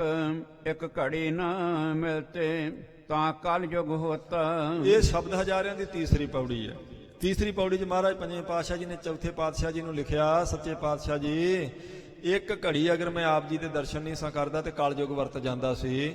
ਆਪ ਜੀ ਦੇਖ ਲਓ ਕਿੰਨੇ ਮਹੀਨੇ ਹੋ ਗਏ, ਤਕਰੀਬਨ ਪੌਣੇ ਕੁ 2 ਸਾਲ ਦਾ ਸਮਾਂ ਸਾਧ ਸੰਗਤ ਜੀ ਹੋ ਚੁੱਕਾ ਸੀ ਮਹਾਰਾਜ ਜੀ ਨੂੰ ਦਰਸ਼ਨ ਕੀਤਿਆਂ ਨੂੰ। ਇਹ ਤਾਂ ਉਹਨਾਂ ਦੀ ਹੁਣ ਅੰਦਰ ਜਾਣਦਾ ਵੀ ਕਿੰਨੀ ਤੜਪ ਹੋਵੇਗੀ ਅੰਦਰ, ਜਿਹੜੇ ਰੋਜ਼ ਦਰਸ਼ਨ ਕਰਨ ਵਾਲੇ ਉਹਨਾਂ ਨੂੰ ਪਤਾ ਹੁੰਦਾ ਸਾਧ ਸੰਗਤ ਦੀ ਕੀ ਭਾਤ ਤੁਲਦੀ ਹੈ। ਜਦੋਂ ਹਾਂ ਨਹੀਂ ਯਾਦ ਤਾਂ ਆਪਾਂ ਨੂੰ ਤਾਂ ਭਾਵੇਂ 2 ਸਾਲ ਲੰਘ ਜਾਣ, 4 ਲੰਘ ਜਾਣ, ਸਾਰੀ ਉਮਰ ਲੰਘ ਜੇ, ਫਿਰ ਨਹੀਂ ਫਰਕ ਪੈਂਦਾ ਹੁੰਦਾ ਬੰਦੇ ਨੂੰ। ਜਿਹਨੇ ਕਦੇ ਨਿਤਨੇਮ ਨਹੀਂ ਕੀਤਾ ਉਹ ਨਹੀਂ ਕਰਦਾ, ਉਹਨੂੰ ਕੋਈ ਫਰਕ ਨਹੀਂ ਪੈਂਦਾ। ਜਿਹੜਾ ਰੋਜ਼ ਕਰਦਾ ਅਗਰ ਉਹਦਾ ਨਾਗਾ ਪੈ ਜੇ ਤਾਂ ਉਹਨੂੰ ਪੁੱਛਣਾ ਬਣਦਾ ਵੀ ਕੀ ਭਾਤ ਤੁਲਦੀ ਹੈ। ਇਹ ਜਿਹੜੇ ਬੰਦੇ YouTube ਹੋਏ ਹੁੰਦੇ ਉਹਨਾਂ ਨੂੰ ਪਤਾ ਲੱਗਦਾ, ਜਿਹਨੇ ਦਰਸ਼ਨ ਕਰਨੇ ਆ। ਜਿਸ ਬੰਦੇ ਨੇ ਰੋਜ਼ ਵਾਹਿਗੁਰੂ ਵਾਹਿਗੁਰੂ ਕਰਨਾ, ਉਹਦੇ ਕੋਈ ਇੱਕ ਦਿਨ ਨਾ ਹੋਵੇ ਉਹਦਾ ਅੰਦਰ ਟੁੱਟਦਾ ਫਿਰ ਅੰਦਰ।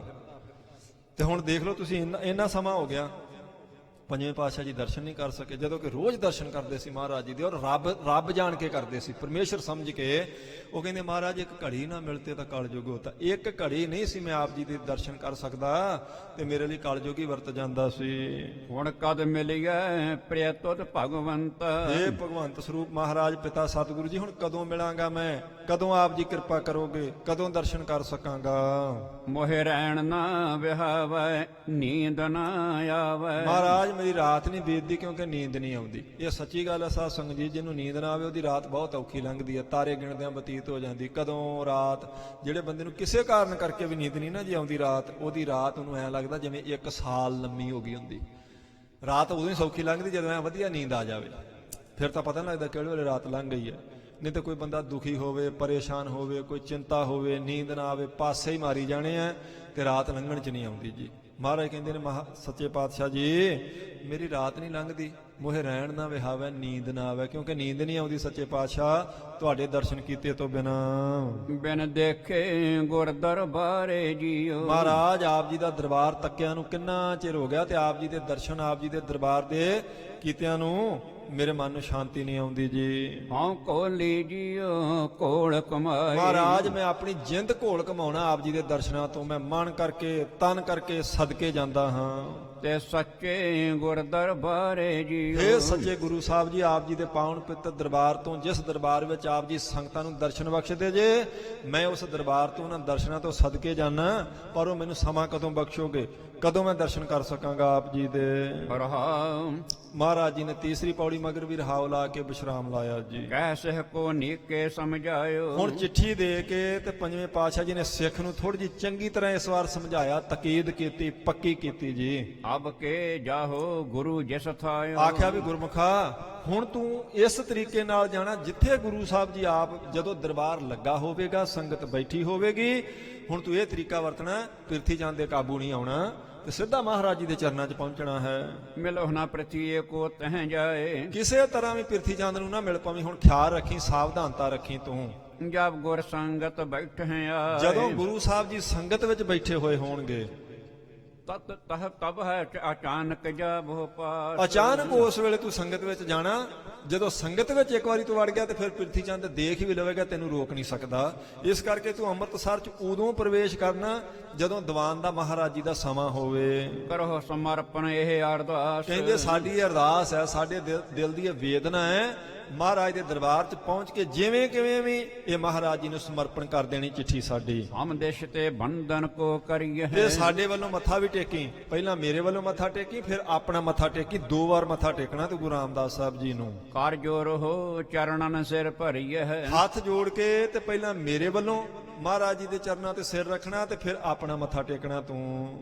ਦੋਹਰ ਮਿਲਹੁ ਨਾ ਪ੍ਰਥੀਏ ਕੋ ਪ੍ਰਥਮ ਸਮਝਾਇਓ ਬਹੁ ਬਾਰ। ਵਾਰ-ਵਾਰ ਪੰਜਵੇਂ ਪਾਤਸ਼ਾਹ ਜੀ ਨੇ ਸਮਝਾਇਆ ਉਸ ਸਿੱਖ ਨੂੰ ਵੀ ਪਿਰਥੀ ਚੰਦ ਨੂੰ ਨਾ ਮਿਲ ਪਈ, ਪਿਰਥੀ ਚੰਦ ਖਿਆਲ ਰੱਖਦਾ ਹੋਣਾ, ਸਾਵਧਾਨ ਹੋਣਾ, ਤੂੰ ਬੜੇ ਤਰੀਕੇ ਨਾਲ ਵਲ ਮਾਰ ਕੇ ਸ਼ਹਿਰ 'ਚ ਵੜਨਾ ਹੈ। ਉਦੋਂ ਅਚਾਨਕ ਸੰਗਤ ਵਿੱਚ ਚਲੇ ਜਾਣਾ ਹੈ। ਜਦੋਂ ਮਹਾਰਾਜ ਜੀ ਦਰਬਾਰ ਵਿੱਚ ਬੈਠੇ ਹੋਣਗੇ ਤੇ ਆਸਾ-ਪਾਸਾ ਖਿਆਲ ਰੱਖੀ ਪਿਰਥੀ ਚੰਦ ਨਾ ਤੈਨੂੰ ਦੇਖਦਾ ਹੋਵੇ। ਦਈ ਪੱਤਰ ਕਾ ਸਿੱਖ ਕਰ ਗੁਰ ਕੋ ਬੰਧਨ ਧਾਰ। ਕਹਿੰਦੇ ਤੀਸਰੀ ਚਿੱਠੀ ਉਸ ਸਿੱਖ ਦੇ ਹੱਥ ਵਿੱਚ ਦੇ ਦਿੱਤੀ ਤੇ ਆਪ ਲਾਹੌਰ ਤੋਂ ਅੰਮ੍ਰਿਤਸਰ ਵੱਲ ਨੂੰ ਮੂੰਹ ਕਰਕੇ ਮੱਥਾ ਟੇਕਿਆ ਪੰਜਵੇਂ ਪਾਤਸ਼ਾਹ ਜੀ ਨੇ। ਧਿਆਨ ਪਿਤਾ ਗੁਰ ਕੋ ਉਰ ਧਰਿਓ। ਕਹਿੰਦੇ ਸਿੱਖ ਨੂੰ ਤੋਰਨ ਤੋਂ ਪਹਿਲਾਂ ਆਪਣੇ ਪਿਤਾ ਸਤਿਗੁਰੂ ਗੁਰੂ ਰਾਮਦਾਸ ਸਾਹਿਬ ਜੀ ਦਾ ਧਿਆਨ ਧਰਿਆ ਪੰਜਵੇਂ ਪਾਤਸ਼ਾਹ ਜੀ ਨੇ। ਮਨ ਕਰ ਪਗ ਪ੍ਰਣਾਮ ਕੋ ਕਰਿਓ। ਕਹਿੰਦੇ ਮਨ ਕਰਕੇ ਮਹਾਰਾਜ ਜੀ ਦੇ ਚਰਨਾਂ ਤੇ ਪ੍ਰਣਾਮ ਕੀਤੀ ਪੰਜਵੇਂ ਪਾਤਸ਼ਾਹ ਜੀ ਨੇ। ਇਹ ਮਨ ਕਰਕੇ ਵੀ ਸਾਧ ਸੰਗਤ ਜੀ ਇਹ ਸੱਚੀ ਗੱਲ ਹੈ। ਉਵੇਂ ਚਲੋ ਖੈਰ ਬਰੀਕੀ ਆਪਣਾ ਬਾਹਰ ਜਾਣ ਨੂੰ ਮਨ ਵੀ ਨਹੀਂ ਕਰਦਾ, ਕਥਾ ਅੱਗੇ ਤੋਰੀਏ, ਪਰ ਜੇ ਆਪਾਂ ਕਿਸੇ ਕਾਰਨ ਕਰਕੇ, ਜ਼ਰੂਰੀ ਨਹੀਂ ਹਰ ਵੇਲੇ ਨਹੀਂ, ਪਰ ਕਿਸੇ ਕਾਰਨ ਕਰਕੇ ਜੇ ਆਪਾਂ ਮਹਾਰਾਜ ਦੇ ਦਰਸ਼ਨ ਨਹੀਂ ਕਰ ਸਕਦੇ ਉਸ ਵੇਲੇ ਮਨ ਕਰਕੇ ਵੀ ਕਰ ਲਈਦੇ। ਨੇਤਰ ਬੰਦ ਕਰੋ, ਧਿਆਨ 'ਚ ਜੁੜੋ, ਜਿਵੇਂ ਰੋਜ਼ ਕਰਦੇ ਜੇ ਇਦਾਂ ਹੀ ਤੁਹਾਨੂੰ ਦਰਸ਼ਨ ਹੋਣਗੇ। ਕਿਉਂਕਿ ਜਿਨ੍ਹਾਂ ਨੇ ਇੱਕ ਵਾਰ ਕੀਤੇ ਉਹਨਾਂ, ਮੰਨ ਲਓ ਜਿਹਨੇ ਹਰਿਮੰਦਰ ਸਾਹਿਬ ਦੇ ਦਰਸ਼ਨ ਕੀਤੇ ਆ, ਇੱਥੋਂ ਆਪਾਂ ਹਰਿਮੰਦਰ ਸਾਹਿਬ ਵੱਲ ਨੂੰ ਧਿਆਨ 'ਚ ਲਿਆਈਏ ਤੇ ਆਪਾਂ ਨੂੰ ਐਨ ਅੱਖਾਂ ਬੰਦ ਕੀਤਿਆਂ ਦਿਸਦਾ ਵੀ ਘੰਟੇ ਘਰ ਵਾਲੇ ਪਾਸੇ ਤੋਂ ਆਪਾਂ ਜੋੜਾ ਜਮਾ ਕਰਾ ਕੇ ਇੰਨੀਆਂ ਕੁ ਪੌੜੀਆਂ ਥੱਲੇ ਉਤਰਦੇ ਆਂ, ਪਰਿਕਰਮਾ ਭਰੀਆਂ ਸੰਗਤਾਂ ਹੁੰਦੀਆਂ, ਫਿਰ ਮੱਥਾ ਟੇਕੀਦਾ, ਅਗਲੇ ਬੰਨੇ ਸਰੋਵਰ ਹੈ, ਹਰਿਮੰਦਰ ਸਾਹਿਬ ਦਿਖਾਈ ਦਿੰਦਾ, ਫਿਰ ਖੱਬੇ ਪਾਸੇ ਤੋਂ ਪਰਿਕਰਮਾ ਸ਼ੁਰੂ ਕਰ ਦਈਦੀ, ਅੱਗੇ ਦੁੱਖ ਭੰਜਨੀ ਬੇਰੀ ਆ, ਸਭ ਕੁਝ ਦਿਸ ਪੈਂਦਾ ਜੀ। ਇਹਨੂੰ ਕਹਿੰਦੇ ਮਨ ਕਰਕੇ ਦਰਸ਼ਨ, ਜਿਹਨੂੰ ਅਰਦਾਸ 'ਚ ਆਪਾਂ ਕਹਿੰਦੇ ਧਿਆਨ ਧਰ ਕੇ ਬੋਲੋ ਜੀ ਵਾਹਿਗੁਰੂ। ਧਿਆਨ ਨਾਲ ਵੇਖਣਾ ਵੀ ਕਿੰਨਾਂ ਦੀਆਂ ਖੋਪਰੀਆਂ ਲੱਥੀਆਂ ਪੰਥ ਵਾਸਤੇ, ਬੱਚਿਆਂ ਦੇ ਟੋਟੇ ਮਾਈਆਂ ਬੈਠੀਆਂ ਨੇ ਲਾਹੌਰ ਝੋਲੀ 'ਚ ਪਵਾ ਕੇ ਆਪਣੇ ਬੱਚਿਆਂ ਦੇ ਸਿੱਖੀ ਵਾਸਤੇ, ਪੰਥ ਵਾਸਤੇ ਕਿੰਨੇ ਖੋਪਰੀਆਂ ਉਹਨਾਂ ਦੀਆਂ ਪੁੱਠੀਆਂ ਖੱਲਾਂ ਉਤਾਰੀਆਂ ਗਈਆਂ। ਇੱਕ ਵਾਰ ਲਿਆਓ ਆਪਣੇ ਧਿਆਨ 'ਚ, ਚੇਤਾ ਕਰੋ ਵੀ ਬੀਬੀਆਂ ਬੈਠੀਆਂ ਨੇ ਤੇ ਕਿੰਨੇ ਤਸ਼ੱਦਦ ਮੀਰ ਮੰਨੂ ਦੇ ਉਹਨਾਂ ਨੂੰ ਚੱਲਣੇ ਪੈ ਰਹੇ ਨੇ। ਉਹਨਾਂ ਦੇ ਬੱਚਿਆਂ ਦੇ ਟੋਟੇ ਕੀਤੇ ਨੇ, ਝੋਲੀਆਂ 'ਚ ਪਏ ਨੇ, ਕਿਸੇ ਦੀ ਰੰਬੀ ਨਾਲ ਖੋਪਰੀ ਉਤਾਰੀ ਜਾ ਰਹੀ ਹੈ, ਕਿਸੇ ਦੇ ਜ਼ਕਰੀਆ ਖਾਨ ਦੇ ਵੇਲੇ ਤਸ਼ੱਦਦ ਹੋ ਰਿਹਾ। ਜੋ ਬੋਲਿਆ ਜਾ ਰਿਹਾ ਉਹਨੂੰ ਧਿਆਨ ਨਾਲ ਦੇਖਣਾ ਹੁੰਦਾ। ਧਿਆਨ ਨਾਲ ਵੀ ਦੇਖ ਲਈਦਾ, ਅੱਖਾਂ ਨਾਲ ਵੀ ਦੇਖੀਦਾ ਜੀ, ਧਿਆਨ ਨਾਲ ਵੀ ਦੇਖੀਦਾ। ਆਪਾਂ ਖਰਬੂਜਾ ਲੈ ਕੇ ਆਈਏ ਨਾ ਬਾਜ਼ਾਰੋਂ, ਅੱਖਾਂ ਨਾਲ ਸਿਰਫ ਇਹ ਦੇਖ ਸਕੀਦਾ ਵੀ ਪੱਕਾ ਹੋਇਆ ਜੀ, ਬੜੀਆਂ ਸੋਹਣੀਆਂ ਸੋਹਣੀਆਂ ਗ੍ਰੀਨ ਇਹਦੀਆਂ ਫਾੜੀਆਂ ਨਜ਼ਰੀਆਂ ਆਉਂਦੀਆਂ, ਪਰ ਆਪਾਂ ਨੂੰ ਉਨੀ ਦੇਰ ਪਤਾ ਨਹੀਂ ਲੱਗਦਾ ਜਿੰਨੀ ਦੇਰ ਖਾ ਕੇ ਨਹੀਂ ਵੇਖਦੇ ਵੀ ਫਿੱਕਾ ਕਿ ਮਿੱਠਾ। ਤੇ ਜਦੋਂ ਮੂੰਹ 'ਚ ਪਾਵਾਂਗੇ ਨਾ ਆਖੀਦਾ ਦੇਖੋ ਭਾਈ ਖਾ ਕੇ ਦੇਖੋ ਭਲਾ ਮਿੱਠਾ ਕਿ ਫਿੱਕਾ। ਅੱਖਾਂ ਨਾਲ ਦੇਖਿਆ, ਪੱਕਿਆ ਹੋਇਆ ਤੇ ਅੱਖਾਂ ਨਾਲ ਦੇਖ ਲਿਆ, ਮਿੱਠਾ ਤੇ ਫਿੱਕਾ ਇਹ ਅੱਖਾਂ ਨਹੀਂ ਦੇਖ ਸਕਦੀਆਂ। ਇਹਨੂੰ ਫਿਰ ਆਪਾਂ ਰਸਨਾ ਤੇ ਰੱਖ ਕੇ ਦੇਖਦੇ ਹਾਂ, ਮੂੰਹ 'ਚ ਪਾ ਕੇ ਫਿਰ ਆਖੀਦਾ ਬੜਾ ਮਿੱਠਾ ਨਿਕਲਿਆ ਵੀ ਇਹ ਤੇ। ਇਸੇ ਤਰ੍ਹਾਂ ਅੱਖਾਂ ਨਾਲ ਦਰਸ਼ਨ ਕਰਨੇ ਤੇ ਧਿਆਨ ਨਾਲ ਦਰਸ਼ਨ ਕਰਨੇ। ਅੱਖਾਂ ਨਾਲ ਖਰਬੂਜਾ ਦੇਖਣਾ ਤੇ ਗਿਆਨ ਨਾਲ ਖਰਬੂਜਾ ਦੇਖਣਾ। ਰਸਨਾ ਗਿਆਨ ਦੁਆਰਾ ਦੱਸਦੀ ਹੈ ਮਿੱਠਾ, ਅੱਖਾਂ ਤੇ ਦੇਖ ਕੇ ਦੱਸਦੀਆਂ ਪੱਕਾ ਹੋਇਆ, ਪਰ ਮਿੱਠਾ ਫਿੱਕਾ ਨਹੀਂ ਦੱਸ ਸਕਦੀਆਂ ਅੱਖਾਂ। ਇਸੇ ਤਰ੍ਹਾਂ ਅੱਖਾਂ ਨਾਲ ਦਰਸ਼ਨ ਕਰਨੇ ਮਹਾਰਾਜ ਜੀ ਦੇ ਰੋਜ਼। ਤੇ ਜੇ ਕਦੀ ਨਹੀਂ ਹੋ ਸਕਦੇ, ਜਿੱਥੇ ਵੀ ਤੁਸੀਂ ਆਗੇ ਗੁਰਮੁਖੋ, ਫਿਰ ਧਿਆਨ ਨਾਲ ਦੇਖੋ ਮਹਾਰਾਜ ਜੀ। ਇਦਾਂ ਪੰਜਵੇਂ ਪਾਤਸ਼ਾਹ ਜੀ ਨੇ ਧਿਆਨ ਧਰ ਕੇ ਚੌਥੇ ਪਾਤਸ਼ਾਹ ਜੀ ਦਾ ਲਾਹੌਰ ਤੋਂ ਪ੍ਰਣਾਮ ਕੀਤਾ। ਸਿੱਖ ਨੂੰ ਤੋਰਨ ਤੋਂ ਪਹਿਲਾਂ ਮਹਾਰਾਜ ਜੀ ਨੇ ਮਨ ਕਰਕੇ ਮਹਾਰਾਜ ਚੌਥੇ ਪਾਤਸ਼ਾਹ ਜੀ ਨੂੰ ਮੱਥਾ ਟੇਕਿਆ ਜੀ। ਹਿਰਦੇ ਪ੍ਰੇਮ ਕੀ ਖੈਂਚ ਵਿਸਾਲੇ। ਬਹੁਤ ਜ਼ਿਆਦਾ ਖਿੱਚ ਸੀ ਹਿਰਦੇ ਵਿੱਚ ਮਹਾਰਾਜ ਜੀ ਦਾ, ਇੰਨਾ ਪ੍ਰੇਮ ਸੀ ਪੰਜਵੇਂ ਪਾਤਸ਼ਾਹ ਜੀ ਦੇ ਮਨ ਵਿੱਚ। ਕਿਉਂ ਨਹਿ ਜਾਣੋ ਮੋਰ ਹਵਾਲੇ। ਤੇ ਇਹ ਅਰਦਾਸ ਵੀ ਕੀਤੀ ਸੱਚੇ ਪਾਤਸ਼ਾਹ, ਕਿਉਂ ਨਹੀਂ ਜਾਣਦੇ ਮੇਰੇ ਦਿਲ ਦੀ ਹਾਲਤ, ਕਰੋ ਮੇਰੇ ਤੇ ਤਰਸ, ਮੇਰੇ ਤੇ ਕਿਰਪਾ ਕਰੋ। ਦੀਨ ਬੰਧੂ ਪ੍ਰਭ ਅੰਤਰਜਾਮੀ। ਇਹ ਦੀਨਾ ਬੰਧੂ ਸੱਚੇ ਪਾਤਸ਼ਾਹ ਆਪ ਜੀ ਤੇ ਪ੍ਰਭੂ ਜੀ, ਆਪ ਜੀ ਤੇ ਅੰਤਰਜਾਮੀ ਹੋ, ਆਪ ਜੀ ਸਾਰਿਆਂ ਦੇ ਦਿਲਾਂ ਦੀ ਜਾਣਦੇ, ਮੇਰੇ ਦਿਲ ਦੀ ਵੀ ਜਾਣਦੇ ਹੋ। ਤੇ ਜਾਣਦੇ ਨੇ ਚੌਥੇ ਪਾਤਸ਼ਾਹ, ਪਰ ਕਿਉਂਕਿ ਜ਼ਿੰਮੇਵਾਰੀ ਵੱਡੀ ਦੇਣੀ, ਇਸ ਕਰਕੇ ਪਰਖ ਵੀ ਵੱਡੀ ਚੱਲਦੀ ਪਈ ਹੈ, ਤਾਂ ਮਹਾਰਾਜ ਚੌਥੇ ਪਾਤਸ਼ਾਹ ਬੁਲਾ ਨਹੀਂ ਰਹੇ ਹਾਲੇ ਤੱਕ ਜੀ। ਕਿਰਪਾ ਸਿੰਧ ਸੁਖਦਾਇਕ ਸੁਆਮੀ। ਮਹਾਰਾਜ ਤੁਸੀਂ ਕਿਰਪਾ ਦੇ ਸਮੁੰਦਰ ਜੇ, ਸੁਖਦਾਇਕ ਜੇ, ਤਿੰਨਾਂ ਲੋਕਾਂ ਦੇ ਸੁਆਮੀ ਜੇ, ਮੇਰੇ ਦਿਲ ਦੀ ਵੀ ਹਾਲਤ ਸਮਝੋ ਜੀ।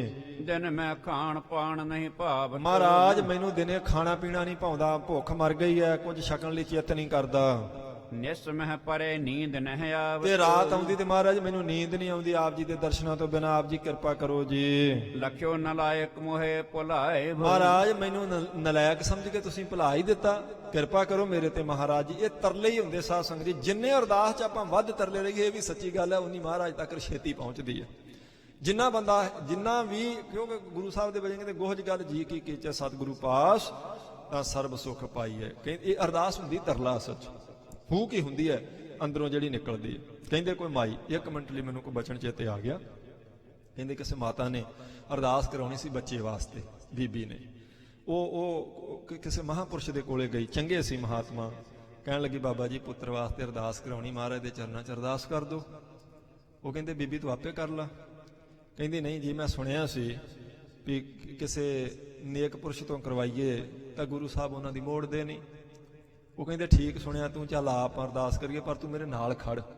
ਉਹ ਕਹਿੰਦੀ ਕੋਈ ਨਹੀਂ ਜੀ ਤੁਸੀਂ ਕਰ ਦਿਓ, ਮੈਂ ਇੱਥੇ। ਕਹਿੰਦੇ ਨਾ ਤੂੰ ਮੇਰੇ ਕੋਲ ਖੜ। ਕਹਿੰਦੀ ਕਿਉਂ? ਉਹ ਕਹਿਣ ਲੱਗੇ ਜਦੋਂ ਮੈਂ ਇਹ ਆਖਾਂਗਾ ਨਾ ਅਰਦਾਸ ਵੀ ਮਹਾਰਾਜ ਇਹ ਤਰਲਾ ਲੈਂਦੀ ਆ ਇਹ ਬੀਬੀ ਨੂੰ ਪੁੱਤਰ ਦੀ ਦਾਤ ਬਖਸ਼ੋ, ਕਹਿੰਦੀ ਉਸ ਵੇਲੇ ਜਿਹੜਾ ਤੇਰੇ ਅੰਦਰੋਂ ਹੂਕ ਨਿਕਲਣੀ ਹੈ ਉਹ ਪਹੁੰਚਣੀ ਹੈ ਮਹਾਰਾਜ ਸਾਹਿਬ ਤੱਕ। ਅੱਖਰ ਮੈਂ ਬੋਲਾਂਗਾ ਤੇ ਤੂੰ ਮੇਰੇ ਕੋਲ ਖਲੋ ਕੇ ਸੁਣਨੇ ਆ, ਤੇ ਜਦੋਂ ਪੁੱਤਰ ਦਾ ਜ਼ਿਕਰ ਆਇਆ ਜਿਹੜਾ ਤੇਰੇ ਮਨ ਚੋਂ ਉਸ ਵੇਲੇ ਤਰਲਾ ਨਿਕਲਣਾ ਉਹ ਸਿੱਧਾ ਮਹਾਰਾਜ ਤੱਕ ਪਹੁੰਚ ਜਾਣਾ। ਇਸ ਕਰਕੇ ਤੂੰ ਮੇਰੇ ਕੋਲ ਆ। ਹੂਕ ਹੀ ਹੁੰਦੀ ਹੈ ਅੰਦਰ ਦੀ। ਅਰਦਾਸ ਦਾ ਅਰਥ ਹੀ ਹੁੰਦਾ ਆਪਣੇ ਦਿਲ ਦੀ ਹੂਕ ਮਹਾਰਾਜ ਤੱਕ ਪਹੁੰਚਾਉਣੀ ਹੈ। ਉਹ ਪੰਜਵੇਂ ਪਾਤਸ਼ਾਹ ਜੀ ਨੇ ਪਹੁੰਚਾਈ, ਪਰ ਕਿਉਂਕਿ ਪਰਖ ਚੱਲਦੀ ਪਈ ਹੈ ਪਹੁੰਚ ਰਿਹਾ ਚੌਥੇ ਪਾਤਸ਼ਾਹ ਜੀ ਤੱਕ ਸਾਰਾ ਕੁਝ, ਪਰ ਪਰਖ ਦੀ ਘੜੀ ਹੋਣ ਕਰਕੇ ਮਹਾਰਾਜ ਚੌਥੇ ਪਾਤਸ਼ਾਹ ਕੋਈ ਜਵਾਬ ਨਹੀਂ ਦੇ ਰਹੇ ਜੀ। ਇਤਿਆਦਿਕ ਅਨੇਕ ਮਨ ਗਿਣਤੀ, ਇਤਿਆਦਿਕ ਬਹੁਤ ਸਾਰੀਆਂ ਬੇਨਤੀਆਂ ਪੰਜਵੇਂ ਪਾਤਸ਼ਾਹ ਜੀ ਨੇ ਕੀਤੀਆਂ ਲਾਹੌਰ ਖੜਿਆਂ ਨੇ ਸਿੱਖ ਨੂੰ ਤੋਰਨ ਤੋਂ ਪਹਿਲਾਂ ਜੀ।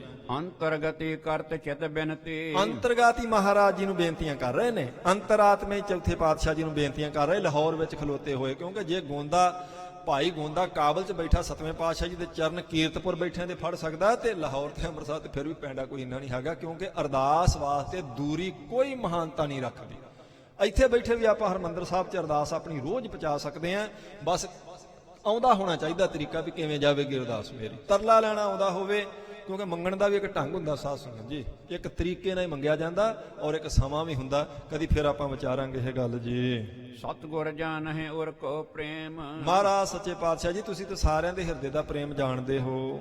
ਪ੍ਰੇਮ ਬਸੀ ਹੋਏ ਜਿਨ ਕੋ ਨੇਮ, ਮਹਾਰਾਜ ਆਪ ਜੀ ਦਾ ਤੇ ਨੇਮ ਹੀ ਇਹ ਆ ਵੀ ਤੁਸੀਂ ਪ੍ਰੇਮ ਦੇ ਵਸ ਹੁੰਦੇ ਜੇ। ਤੁਹਾਡਾ ਤੇ ਨਿਯਮ ਹੀ ਇਹ ਹੈ, ਜਿਹੜਾ ਪ੍ਰੇਮ ਕਰਦਾ ਤੁਸੀਂ ਉਹਦੇ ਵਸ ਵਿੱਚ ਹੋ ਜਾਂਦੇ ਆ। ਦਸਵੇਂ ਪਾਤਸ਼ਾਹ ਜੀ ਨੇ ਮੋਹਰ ਹੀ ਲਾ ਦਿੱਤੀ, ਜਿਨ ਪ੍ਰੇਮ ਕੀਓ ਤਿਨ ਹੀ ਪ੍ਰਭ ਪਾਇਓ। ਤੇ ਮਹਾਰਾਜ ਮੇਰੇ ਹਿਰਦੇ ਦਾ ਵੀ ਪ੍ਰੇਮ ਦੇਖੋ ਜੀ। ਪਰਖ ਹੈ ਸੁਤ ਆਇਸ ਅਨੁਸਾਰੀ, ਮਹਾਰਾਜ ਪਰ ਪਰਖਦੇ ਪਏ ਸੀ ਨਾ, ਮਹਾਰਾਜ ਪਰਖਦੇ ਪਏ ਸੀ ਵੀ ਇਹ ਸੁਤ ਆਇਸ ਅਨੁਸਾਰੀ, ਵੀ ਇਹ ਪੁੱਤਰ ਸਾਡੀ ਆਗਿਆ 'ਚ ਹੈ ਕਿ ਨਹੀਂ। ਕਿਉਂਕਿ ਦੋਵਾਂ ਨੇ ਤੇ ਜਵਾਬ ਦੇ ਦਿੱਤਾ ਸੀ, ਤੀਸਰੇ ਦੀ ਪਰਖ ਚੱਲਦੀ ਪਈ ਹੈ। ਇਸ ਕਰਕੇ ਪੰਜਵੇਂ ਪਾਤਸ਼ਾਹ ਤਰਲੇ ਲੈ ਰਹੇ ਨੇ, ਪਰ ਵਾਰ-ਵਾਰ ਪ੍ਰੇਮ ਦਾ ਜ਼ਿਕਰ ਕਰਦੇ ਪਏ। ਜਿਹਨੂੰ 10ਵੇਂ ਸਰੂਪ 'ਚ ਜਾ ਕੇ ਮਹਾਰਾਜ ਜੀ ਨੇ ਮੋਹਰ ਬੰਦ ਕੀਤਾ, ਇਹ 9ਵਾਂ ਸਰੂਪਾਂ 'ਚ ਜੋ ਪ੍ਰੇਮ ਦੱਸਿਆ ਸੱਚੇ ਪਾਤਸ਼ਾਹ ਜੀ ਨੇ, 10ਵੇਂ ਪਾਤਸ਼ਾਹ ਜੀ ਨੇ ਉਹਨੂੰ ਹੀ ਸੰਪੂਰਨ ਕੀਤਾ ਸੀ ਉਸ ਬਚਨ ਵਿੱਚ ਜੀ। ਦੇਨ ਹੇਤ ਜਗ ਗੁਰਤਾ ਭਾਰੀ, ਕਿਉਂਕਿ ਜਗਤ ਦੀ ਬਹੁਤ ਵੱਡੀ ਜ਼ਿੰਮੇਵਾਰੀ ਦੇਣੀ ਹੈ ਪੰਜਵੇਂ ਪਾਤਸ਼ਾਹ ਜੀ ਨੂੰ ਚੌਥੇ ਪਾਤਸ਼ਾਹ ਜੀ ਨੇ। ਦੇਨ ਹੇਤ ਜਗ ਗੁਰਤਾ ਭਾਰੀ, ਕਹਿੰਦੇ ਬਹੁਤ ਭਾਰੀ ਜ਼ਿੰਮੇਵਾਰੀ ਹੈ। ਇਸ ਕਰਕੇ ਪਰਖ ਵੀ ਭਾਰੀ ਚੱਲਦੀ ਪਈ ਜੀ। ਲਾਪੁਰ ਤੇ ਲੈ ਕਰ ਅਰਦਾਸ, ਕਹਿੰਦੇ ਫਿਰ ਤੋਰਿਆ ਲਾਹੌਰੋਂ ਮਹਾਰਾਜ ਜੀ ਨੇ ਉਸ ਸਿੱਖ ਨੂੰ। ਉਹ ਪੰਜਵੇਂ ਪਾਤਸ਼ਾਹ ਜੀ ਦੀ ਅਰਦਾਸ ਉਹ ਚਿੱਠੀ ਲੈ ਕੇ ਤੀਸਰੀ ਵਾਰ ਲਾਹੌਰ ਤੋਂ ਤੁਰਿਆ ਜੀ। ਗਮਨਿਓ ਸਿੱਖ ਧਰੇ ਗੁਰ ਆਸ, ਕਹਿੰਦੇ ਗੁਰੂ ਸਾਹਿਬ ਜੀ ਦੇ ਦਰਸ਼ਨਾਂ ਦੀ ਆਸ ਲੈ ਕੇ ਤੇ ਹੁਣ ਸਿੱਖ ਵੀ ਤੁਰਿਆ ਆਉਂਦਾ ਹੋ। ਮਗ ਉਲੰਘ ਸਗਰੋ ਕਰਮ ਕਾਰਕ, ਕਹਿੰਦੇ ਹੌਲੀ ਹੌਲੀ ਕਰਕੇ ਸਾਰਾ ਰਸਤਾ ਪਾਰ ਕੀਤਾ ਜੀ। ਮਿਲੋ ਹਜੂਰ ਸਮੋ ਸ਼ੋਭ ਵਿਚਾਰ ਕੇ, ਤੇ ਹੁਣ ਮਨ 'ਚ ਸੋਚ ਲਿਆ ਵੀ ਹੁਣ ਸਮਾਂ ਵਿਚਾਰ ਕੇ ਮਹਾਰਾਜ ਜੀ ਦੇ ਦਰਬਾਰ 'ਚ ਪਹੁੰਚਣਾ ਹੈ। ਜਦੋਂ ਸੱਚੇ ਪਾਤਸ਼ਾਹ ਜੀ ਦਾ ਦਰਬਾਰ ਲੱਗਾ ਹੋਵੇਗਾ ਉਸ ਵੇਲੇ ਪ੍ਰਵੇਸ਼ ਕਰਨਾ ਹੈ। ਜਬ ਦਿਨ ਜਾਮ ਰਹਿਓ ਤਬ ਆਏਬ, ਕਹਿੰਦੇ ਨੇ ਉਹਨੇ ਸਮਾਂ ਪਿੱਛੇ ਬਤੀਤ ਕਰਕੇ ਤੇ ਇਸ ਤਰੀਕੇ ਨਾਲ ਸ਼ਹਿਰ 'ਚ ਵੜਿਆ ਵੀ ਜਦੋਂ ਇੱਕ ਪਹਿਰ ਦਿਨ ਛਿਪਣ ਵਾਲਾ ਸੀ, ਪਤਾ ਸੀ ਵੀ ਸ਼ਾਮ ਦਾ ਦੀਵਾਨ ਹੁਣ ਚੱਲਦਾ ਹੋਵੇਗਾ। ਵੇਖੇ ਨਾ ਪ੍ਰਿਥਿਆ ਆਪ ਬਚਾਏ, ਤੇ ਆਪਣੇ ਆਪ ਨੂੰ ਬਚਾ ਵੀ ਰਿਹਾ ਵੀ ਪਿਰਥੀ ਚਾਂਦਨਾ ਦੇਖ ਲਵੇ। ਪੂਰੀ ਸਾਵਧਾਨੀ ਨਾਲ 4 ਚਫੇਰੇ ਧਿਆਨ ਰੱਖਦਾ ਹੋਇਆ ਸ਼ਹਿਰ 'ਚ ਵੜਿਆ ਉਹ। ਸਤਿਗੁਰ ਜਹਾਂ ਦੀਵਾਨ ਲਗਾਏ, ਜਿੱਥੇ ਚੌਥੇ ਪਾਤਸ਼ਾਹ ਜੀ ਨੇ ਦੀਵਾਨ ਸ਼ਾਮ ਦਾ ਲਗਾਇਆ ਹੋਇਆ ਸੀ। ਪ੍ਰਵੇਸ਼ਿਓ ਤਹਾਂ ਅਚਾਨਕ ਜਾਏ, ਅਚਾਨਕ ਜਾ ਕੇ ਇੱਕਦਮ ਸਿੱਖ ਨੇ ਉੱਥੇ ਪ੍ਰਵੇਸ਼ ਕਰ ਦਿੱਤਾ ਜੀ। ਹੱਥ ਜੋੜ ਬੰਦਨ ਕੋਠਾਨੀ, ਤੇ ਛੇਤੀ ਜਾ ਕੇ ਮਹਾਰਾਜ ਦੇ ਚਰਨਾਂ 'ਚ ਪਹੁੰਚ ਗਿਆ। ਹੱਥ ਜੋੜ ਕੇ ਸਭ ਤੋਂ ਪਹਿਲਾਂ ਮੱਥਾ ਟੇਕਿਆ ਜੀ। ਪੁਨ ਸੰਗਤ ਕੀ ਨਮੋ ਬਖਾਨੀ, ਤੇ ਫਿਰ ਮਹਾਰਾਜ ਜੀ ਦਾ ਮੱਥਾ, ਸੰਗਤ ਦੀ ਨਮਸਕਾਰ ਲਾਹੌਰ ਵਾਲੀ ਦੀ, ਫਿਰ ਮੱਥਾ ਟੇਕਿਆ। ਆਖਿਆ ਮਹਾਰਾਜ ਇਹ ਉਹਨਾਂ ਦਾ ਮੱਥਾ ਜੇ। ਕਾਰ ਪਰ ਧਰ ਅਰਦਾਸ ਅਗਾਰੀ ਤੇ ਫਿਰ ਉਹ ਕੱਢ ਕੇ ਚਿੱਠੀ ਤੇ ਆਪਣੇ ਹੱਥ ਉੱਤੇ ਰੱਖੀ ਤੇ ਮਹਾਰਾਜ ਜੀ ਦੇ ਅੱਗੇ ਕਰ ਦਿੱਤੀ ਆਉਂ ਜੀ। ਸ੍ਰੀ ਅਰਜਨ ਕੀ ਅਰਜ ਉਚਾਰੀ ਦੱਸ ਦਿੱਤਾ ਵੀ ਤੁਹਾਡੇ ਸਭ ਤੋਂ ਛੋਟੇ ਸਾਹਿਬਜ਼ਾਦੇ ਮਹਾਰਾਜ ਸ੍ਰੀ ਗੁਰੂ ਅਰਜਨ ਦੇਵ ਸੱਚੇ ਪਾਤਸ਼ਾਹ ਜੀ ਦੀ ਅਰਜ ਹੈ, ਸੱਚੇ ਪਾਤਸ਼ਾਹ ਇਹ ਲੈ ਕੇ ਮੈਂ ਆਇਆ ਹਾਂ। ਸੁਨ ਸ੍ਰੀ ਰਾਮਦਾਸ ਨੇ ਲੀਨ ਕਹਿੰਦੇ ਸੁਣ ਕੇ ਸਿੱਖ ਦੀ ਬੇਨਤੀ ਧੰਨ ਗੁਰੂ ਰਾਮਦਾਸ ਸਾਹਿਬ ਜੀ ਨੇ ਉਹ ਪੱਤਰਕਾ ਫੜ ਲਈ ਜੀ ਖੋਲ ਪੱਤਰਕਾ ਦੇਖਣ ਕੀਨਸ ਤੇ ਖੋਲ ਕੇ ਸੱਚੇ ਪਾਤਸ਼ਾਹ ਜੀ ਨੇ ਸਾਰੀ ਪੱਤਰਕਾ ਦੇਖੀ, ਪੜਿਆ ਮਹਾਰਾਜ ਚੌਥੇ ਪਾਤਸ਼ਾਹ ਜੀ ਨੇ। ਮਹਦ ਪ੍ਰੇਮ ਤੇ ਦਰਸ਼ਨ ਚਾਹੋ ਕੀ ਲਿਖਿਆ ਸੀ? ਬਹੁਤ ਵੱਡੇ ਪ੍ਰੇਮ ਨਾਲ ਸਿਰਫ ਦਰਸ਼ਨਾਂ ਦੀ ਮੰਗ ਕੀਤੀ ਗਈ ਸੀ। ਮਹਾਰਾਜ ਮੈਨੂੰ ਦਰਸ਼ਨ ਬਖਸ਼ੋ, ਮੈਨੂੰ ਦਰਸ਼ਨ ਬਖਸ਼ੋ। ਨਹੀਂ ਸ਼ਾਂਤ ਨਿਸਬਾਸਰ ਮਾਹੋ ਮਹਾਰਾਜ ਦਿਨ ਰਾਤ ਮੇਰਾ ਸ਼ਾਂਤੀ ਨਾਲ ਨਹੀਂ ਬਤੀਤ ਹੋ ਰਿਹਾ ਬਿਨਾਂ ਦਰਸ਼ਨਾਂ ਤੋਂ। ਬਾਬਾ ਫਰੀਦ ਜੀ ਕਹਿੰਦੇ ਨਾ ਭਿਜੋ ਸਜੋ ਕੰਬਲੀ ਅਰਸਾ ਅੱਲਾਹ ਬਰਸੈ ਮੇਹੋ ਜਾਏ ਮਿਲਾ ਤਨਾ ਸੱਜਣਾ। ਕਹਿੰਦੇ ਕੋਈ ਨਹੀਂ ਭਾਈ, ਜੋ ਮਰਜੀ ਭਾਵੇਂ ਇੱਕੋ ਹੀ ਕੰਬਲ ਹੈ ਉਹ ਵੀ ਭਿੱਜ ਜਾਵੇ ਤੇ ਠੋਠੋਰੀ ਕਰਦਾ ਮੁੜ ਕੇ ਮੈਂ ਸਾਰੀ ਦਿਨ ਰਾਤ ਬਤੀਤ ਕਰਾਂ, ਪਰ ਮੈਂ ਦਰਸ਼ਨ ਕਰਨ ਜਾਣਾ ਹੀ ਜਾਣਾ। ਇਹ ਬਾਬਾ ਫਰੀਦ ਜੀ ਦੇ ਨੇ। ਬਸ ਇਹੀ ਮਨ ਦੀ ਬੇਬਲਤਾ ਪੰਜਵੇਂ ਪਾਤਸ਼ਾਹ ਜੀ ਦੀ ਚਿੱਠੀ ਵਿੱਚ ਸੀ। ਚੌਥੇ ਪਾਤਸ਼ਾਹ ਜੀ ਨੇ ਪੜ੍ਹ ਲਈ ਜੀ। ਮਿਲ ਮੇਰੇ ਪ੍ਰੀਤਮਾ ਜੀਓ ਤੁਧ ਬਿਨ ਖਰੀ ਨ ਮਾਣੀ ਮੈਂ ਨੈਣੀ ਨੀਂਦ ਨ ਆਵੈ ਜੀਓ ਭਾਵੈ ਅੰਨ ਨਾ ਪਾਣੀ ਮਿਲ ਮੇਰੇ ਪ੍ਰੀਤਮਾ ਜੀਓ। ਇਹ ਅੰਦਰ ਦੀ ਬੇਵਲਤਾ ਗੁਰੂ ਗ੍ਰੰਥ ਸਾਹਿਬ ਮਹਾਰਾਜ ਜੀ ਦੀਆਂ ਸਾਧ ਸੰਗਤ ਦੀ ਪਵਿੱਤਰ ਬਾਣੀ ਦੀਆਂ ਪੰਕਤੀਆਂ ਨੇ। ਮਹਾਰਾਜ ਮਿਲੋ, ਦਿਓ ਦਰਸ਼ਨ, ਮੈਨੂੰ ਅੰਨ ਪਾਣੀ ਨਹੀਂ ਪਾਉਂਦਾ, ਨੀਂਦ ਨਹੀਂ ਆਉਂਦੀ। ਜੋ ਕੁਝ ਮਹਾਰਾਜ ਜੀ ਨੇ ਇੱਥੇ ਲਿਖਿਆ ਸ਼ਬਦ ਹਜ਼ਾਰੇ ਦੀਆਂ ਪੌੜੀਆਂ 'ਚ ਬਹੁਤ ਥਾਵਾਂ ਤੇ ਐਸੇ ਸ਼ਬਦ ਐਸੀਆਂ ਪੰਕਤੀਆਂ ਗੁਰੂ ਗ੍ਰੰਥ ਸਾਹਿਬ ਮਹਾਰਾਜ ਜੀ 'ਚ ਸਿੱਖਾਂ ਦੇ ਹਿਰਦੇ ਦੀ ਬੇਬਲਤਾ, ਮਹਾਰਾਜ ਜੀ ਦੇ ਆਪਣੇ ਅੰਦਰ ਦਾ ਪ੍ਰੇਮ, ਮਹਾਰਾਜ ਜੀ ਦੀ ਪਵਿੱਤਰ ਬਾਣੀ ਵਿੱਚੋਂ ਆਪਾਂ ਦਰਸ਼ਨ ਕਰ ਸਕਦੇ ਹਾਂ। ਪ੍ਰੇਮ ਮਹਾ ਤੇ ਵਿਆਕੁਲ ਹੋਵਾ ਕਹਿੰਦੇ ਬਹੁ ਮਹਾਰਾਜ ਨੇ ਪੜ੍ਹ ਲਿਆ ਵੀ ਬਹੁਤੇ ਪ੍ਰੇਮ ਨਾਲ ਅਸਲ ਵਿੱਚ ਵਿਆਕਲ ਹੋ ਰਹੇ ਹਨ। ਹਮਰੇ ਬਿਰਹਾ ਤੁਰ ਸੁਤ ਜੋਵਾ ਸਾਡੇ ਵਿਛੋੜੇ ਨੇ ਸਾਡੇ ਪੁੱਤਰ ਦੀ ਇਹ ਹਾਲਤ ਕਰ ਦਿੱਤੀ। ਪੜ੍ਹ ਲਿਆ ਚੌਥੇ ਪਾਤਸ਼ਾਹ ਜੀ ਨੇ। ਜਾਣ ਦਸ਼ਾ ਲੋਚਨ ਭਰਿਆ ਏ ਕਹਿੰਦੇ ਮਹਾਰਾਜ ਚੌਥੇ ਪਾਤਸ਼ਾਹ ਜੀ ਪਰਖੀ ਕਰਦੇ ਪਏ ਸੀ, ਉਵੇਂ ਤਾਂ ਪ੍ਰੇਮ ਪਹੁੰਚ ਰਿਹਾ ਸੀ। ਉਹ ਚਿੱਠੀ ਦੇਖ ਕੇ ਤੇ ਮਹਾਰਾਜ ਚੌਥੇ ਪਾਤਸ਼ਾਹ ਜੀ ਦੇ ਨੇਤਰਾਂ 'ਚ ਪ੍ਰੇਮ ਦਾ ਜਲ ਆਇਆ। ਕੋਈ ਦੁੱਖ ਦਾ ਪਾਣੀ ਨਹੀਂ, ਇਹ ਪ੍ਰੇਮ ਦਾ ਸਾਧ ਸੰਗਤ ਜੀ ਹੁੰਦਾ, ਬਰਾਗ ਦਾ ਜਿਹਨੂੰ ਕਹਿੰਦੇ ਨੇ। ਰੁਕਿਓ ਕੰਠ ਨਹਿ ਬੋਲਿਓ ਜਾਏ ਕਹਿੰਦੇ ਥੋੜੀ ਦੇਰ ਲਈ ਚੌਥੇ ਪਾਤਸ਼ਾਹ ਜੀ ਕੁਝ ਬੋਲੇ ਨਹੀਂ ਹਨ। ਪੁੱਤਰਨ ਬਿਖੈ ਟੇਕ ਇਨ ਰਾਖੀ ਕਹਿੰਦੇ ਨੇ ਮਨ 'ਚ ਵਿਚਾਰ ਕੀਤੀ ਵੀ ਤਿੰਨਾਂ ਪੁੱਤਰਾਂ ਵਿੱਚੋਂ ਆਹ ਹੈ ਸਾਡਾ ਸਭ ਤੋਂ ਛੋਟਾ ਸਾਹਿਬਜ਼ਾਦਾ ਜਿਨੇ ਭਾਈ ਇਹ ਰੱਖ ਲਈ ਹੈ। ਰਹਿ ਆਏ ਸਮਹਿ ਦਰਸ਼ਨ ਕਾਂਖੀ ਕਿਉਂਕਿ ਸਾਡੀ ਆਗਿਆ 'ਚ ਨੇ ਦਰਸ਼ਨਾਂ ਦੀ ਇੰਨੀ ਖਿੱਚ ਹੈ, ਪਰ ਬਿਨਾਂ ਆਗਿਆ ਤੋਂ ਆਏ ਨਹੀਂ। ਬਿਨਾਂ ਸਾਡੀ ਆਗਿਆ ਤੋਂ ਉਹਨਾਂ ਨੇ ਇੰਨਾ ਹੌਸਲਾ ਨਹੀਂ ਕੀਤਾ ਵੀ ਵਾਪਸ ਆਣ ਕੇ ਮੱਥਾ ਹੀ ਟੇਕ ਜਾਵਾਂ। ਸਰਬ ਸਹਾਰਤ ਗੁਰਤਾ ਭਾਰ ਕਹਿੰਦੇ ਪਤਾ ਲੱਗ ਗਿਆ ਵੀ ਹਾਂ ਇਹ ਗੁਰਤਾ ਗੱਦੀ ਦੇ ਸਾਰੇ ਭਾਰ ਨੂੰ, ਸਾਰੇ ਜ਼ਿੰਮੇਵਾਰੀ ਨੂੰ ਸਹਾਰ ਲੈਣਗੇ। ਅਜਰ ਜਰਹਿ ਗੋ ਨਹਿ ਹੰਕਾਰ ਬਿਲਕੁਲ ਹੰਕਾਰ ਨਹੀਂ ਕਰਨਗੇ, ਅਜਰ ਸ਼ਕਤੀ ਨੂੰ ਜਰ ਜਾਣਗੇ। ਅਜਰ ਦਾ ਜਰਨਾ ਹੁੰਦਾ ਸਾਧ ਸੰਗਤ ਦੀ ਆਤਮਿਕ ਬਲ ਨੂੰ ਜਰਨਾ, ਜਿਹੜਾ ਅੰਦਰੂਨੀ ਬਲ ਆਉਂਦਾ ਨਾ, ਜਿਸ ਨਾਲ ਬਚਨ ਪੂਰੇ ਹੁੰਦੇ ਆ, ਜਿਸ ਨਾਲ ਸਾਰਾ ਗਿਆਨ ਹੁੰਦਾ ਤਿੰਨਾਂ ਲੋਕਾਂ 'ਚ ਕੀ ਹੋ ਰਿਹਾ, ਉਸ ਸ਼ਕਤੀ ਨੂੰ ਜਰਨਾ ਬਹੁਤ ਔਖਾ। ਲੋਕ ਤਾਕਤ ਤਾਂ ਦੁਨਿਆਵੀ ਨਹੀਂ ਜਰ ਸਕਦੇ ਜੀ। ਬੰਦਾ ਕੁਰਸੀ ਤੇ ਬੈਠਾ ਹੁੰਦਾ ਤਾਂ ਕਿੱਦਾਂ ਫੂਕਾਂ ਮਾਰਦਾ, ਉਹਨੂੰ ਪਤਾ ਮੇਰੀ ਚੱਲਦੀ ਅੱਜ ਕੱਲ। ਉਹ ਤਾਕਤ ਨਹੀਂ ਲੋਕਾਂ ਕੋਲੋਂ ਜਰੀ ਜਾਂਦੀ। ਕਿਸੇ ਕੋਲ ਧਨ ਦੀ ਤਾਕਤ ਹੋਵੇ, 4 ਬੰਦਿਆਂ ਦੀ ਫੌਜ ਦੀ ਤਾਕਤ ਹੋਵੇ, ਕੋਈ ਜਰਦਾ ਦੱਸੋ? ਤੇ ਜਿਹੜੀ ਅੰਦਰਲੀ ਤਾਕਤ ਹੈ ਤਾਂ ਬਹੁਤ ਕਠਿਨ ਜਰਨੀ ਹੈ। ਕਿਉਂਕਿ ਇਹ ਸਭ ਤਾਕਤਾਂ ਤੋਂ ਉੱਪਰ ਹੈ। ਜੋ ਸੋਚ ਵੀ ਨਹੀਂ ਆਪਾਂ ਸਕਦੇ ਉਹ ਵੀ ਕਰਨ ਦੀ ਸਮਰੱਥਾ ਹੁੰਦੀ ਆਤਮਿਕ ਬਲ ਵਾਲਿਆਂ 'ਚ। ਤੇ ਇਹਨੂੰ ਜਰਨਾ ਮਹਾਰਾਜ ਚੌਥੇ ਪਾਤਸ਼ਾਹ ਨੇ ਸੋਚ ਲਿਆ ਵੀ ਇਹਨਾਂ ਦੇ ਮਨ 'ਚ ਹੰਕਾਰ ਨਹੀਂ, ਇਹ ਵੱਡੀ ਜ਼ਿੰਮੇਵਾਰੀ ਨਿਭਾਉਣ ਦੇ ਸਮਰੱਥ ਹੋ ਗਏ ਨੇ। ਇਹ ਅਜਾਰ ਸ਼ਕਤੀ ਨੂੰ ਜ਼ਰੂਰ ਆਪਣੇ ਅੰਦਰ ਜਰ ਕੇ ਰੱਖਣਗੇ। ਜਾਰੀ ਲਿਆ ਸੀ ਮਹਾਰਾਜ ਤੱਤੀ ਤਵੀ ਤੇ ਬੈਠੇ ਤੇ ਫਿਰ ਵੀ ਕੋਈ ਬਚਨ ਨਹੀਂ ਸੀ ਕੱਢਿਆ, ਨਹੀਂ ਤੇ ਬਚਨ ਕਰਕੇ ਹੇਠਲੀ ਉੱਤੇ ਕਰ ਸਕਦੇ ਮਹਾਰਾਜ। ਇੰਨੇ ਸਮਰੱਥ ਪਰ ਇੰਨਾ ਜੇਰਾ, ਸੀਸ ਤੇ ਤੱਤਾ ਰੇਤਾ ਪੈ ਰਿਹਾ, ਪਰ ਫਿਰ ਵੀ ਕਹਿ ਰਹੇ ਤੇਰਾ ਕੀਆ ਮੀਠਾ ਲੱਗਾ। ਇਹ ਚੌਥੇ ਪਾਤਸ਼ਾਹ ਜੀ ਨੇ ਜਾਣ ਲਿਆ ਵੀ ਹੁਣ ਇਹ ਸਮਰੱਥ ਹਨ। ਰਾਖੀ ਸੋੜ ਬੰਸ ਵਡਿਆਈ ਸੋਢੀਆਂ ਦੀ ਬੰਸ ਦੀ ਵਡਿਆਈ ਸਾਡੇ ਤਿੰਨਾਂ ਬੱਚਿਆਂ ਵਿੱਚੋਂ ਇਹਨਾਂ ਨੇ ਰੱਖ ਲਈ ਹੈ। ਇਹ ਚੌਥੇ ਪਾਤਸ਼ਾਹ ਜੀ ਨੇ ਜਾਣ ਲਿਆ ਜੀ। ਨਹਿ ਜਾਣ ਦੀਨਸ ਕਿਸ ਥਾਈ ਕਹਿੰਦੇ ਇਹ ਕਿਤੇ ਹੋਰ ਜਾਣ ਨਹੀਂ ਦੇਣਗੇ, ਇਹ ਗੁਰੂ ਅਮਰਦਾਸ ਸੱਚੇ ਪਾਤਸ਼ਾਹ ਜੀ ਦਾ ਬਚਨ ਪੂਰਾ ਕਰਨਗੇ। ਤੂੰ ਕਹਿ ਸ਼ਬਦ ਕੀ ਰੁਚਰ ਬਨਾਈ ਬਹੁਤ ਸੁੰਦਰ ਤੁਕਾਂ ਬਣਾਈਆਂ ਨੇ ਸ਼ਬਦ ਦੀਆਂ, ਸੁੰਦਰ ਪੰਕਤੀਆਂ ਸਨ ਜਦੋਂ ਪੜ੍ਹੀਆਂ ਚੌਥੇ ਪਾਤਸ਼ਾਹ ਜੀ ਨੇ। ਬਾਣੀ ਰਚਹਿ ਨਰਨ ਗਤ ਦਾਈ ਪਤਾ ਲੱਗ ਗਿਆ ਕਿ ਬਾਣੀ ਰਚਣਗੇ ਬਹੁਤ ਮਨੁੱਖਾਂ ਦੀ ਗਤ ਕਰਨ ਵਾਲੀ, ਗਤੀ ਕਲਿਆਣ ਭਲਾ ਕਰਨ ਵਾਲੀ ਬਾਣੀ ਰਚਣਗੇ ਇਹ। ਹਮਰੀ ਆਗਿਆ ਬੰਧਨ ਮਾਹੀ ਕਹਿੰਦੇ ਸਾਡੀ ਆਗਿਆ ਦੇ ਬੰਧਨ ਵਿੱਚ ਹਨ। ਰਹਿਓ ਸਚਿਤ ਮੇਟੀ ਜਿਸ ਨਾਹੀ ਜਿਹੜੇ ਸਾਡੀ ਆਗਿਆ ਦੇ ਬੰਧਨ ਵਿੱਚ ਐਨ ਖੜੇ ਰਹੇ ਨੇ, ਮੇਟੀ ਨਹੀਂ ਸਾਡੀ ਆਗਿਆ, ਆਪਣੀ ਮਰਜ਼ੀ ਨਾਲ ਵਾਪਸ ਨਹੀਂ ਆਏ, ਤਰਲੇ ਲਈ ਜਾ ਰਹੇ ਨੇ ਲੇਕਿਨ ਮਰਜ਼ੀ ਨਹੀਂ ਕੀਤੀ। ਪ੍ਰੇਮ ਵਿਖੇ ਬਿਹਬਲ ਹੋਏ ਰਹੇ ਬਹੁਤ ਜ਼ਿਆਦਾ ਪ੍ਰੇਮ ਵਿੱਚ ਬੇਬਲ ਹੋਇਆ ਮਨ। ਆਤ ਪ੍ਰਸੰਨ ਮਨ ਬਾਚਨ ਤਬ ਕਹੇ ਕਹਿੰਦੇ ਬਹੁਤ ਪ੍ਰਸੰਨ ਹੋ ਕੇ ਚੌਥੇ ਪਾਤਸ਼ਾਹ ਜੀ ਨੇ ਪਵਿੱਤਰ ਮੁਖ ਤੋਂ ਫਿਰ ਏਦਾਂ ਬਚਨ ਕੀਤਾ ਜੀ। ਦੇਖੋ ਭਾਈ ਬ੍ਰਿਧ ਸੋਤੇ ਅਰਜਨ ਭਾਈ ਬ੍ਰਿਧ ਦਾ ਅਰਥ ਬਾਬਾ ਬੁੱਢਾ ਜੀ। ਉਸੇ ਵੇਲੇ ਹਰਵਾਜ ਮਾਰੀ ਚੌਥੇ ਪਾਤਸ਼ਾਹ ਜੀ ਨੇ, ਆਖਿਆ ਬਾਬਾ ਬੁੱਢਾ ਜੀ ਆਓ, ਆ ਵੇਖੋ ਕੀ ਚਿੱਠੀ ਕਿੰਨੀ ਪਿਆਰ ਵਾਲੀ ਲਿਖ ਕੇ ਭੇਜੀ ਲਾਹੌਰ ਤੋਂ। ਪ੍ਰੇਮ ਵਿਖੇ ਲਿਖ ਆਪਣੀ ਅਰਜਨ ਕਹਿੰਦੇ ਆਪਣੀ ਅਰਜੀ ਭੇਜੀ ਉਹਨਾਂ ਨੇ ਪ੍ਰੇਮ ਵਿੱਚ।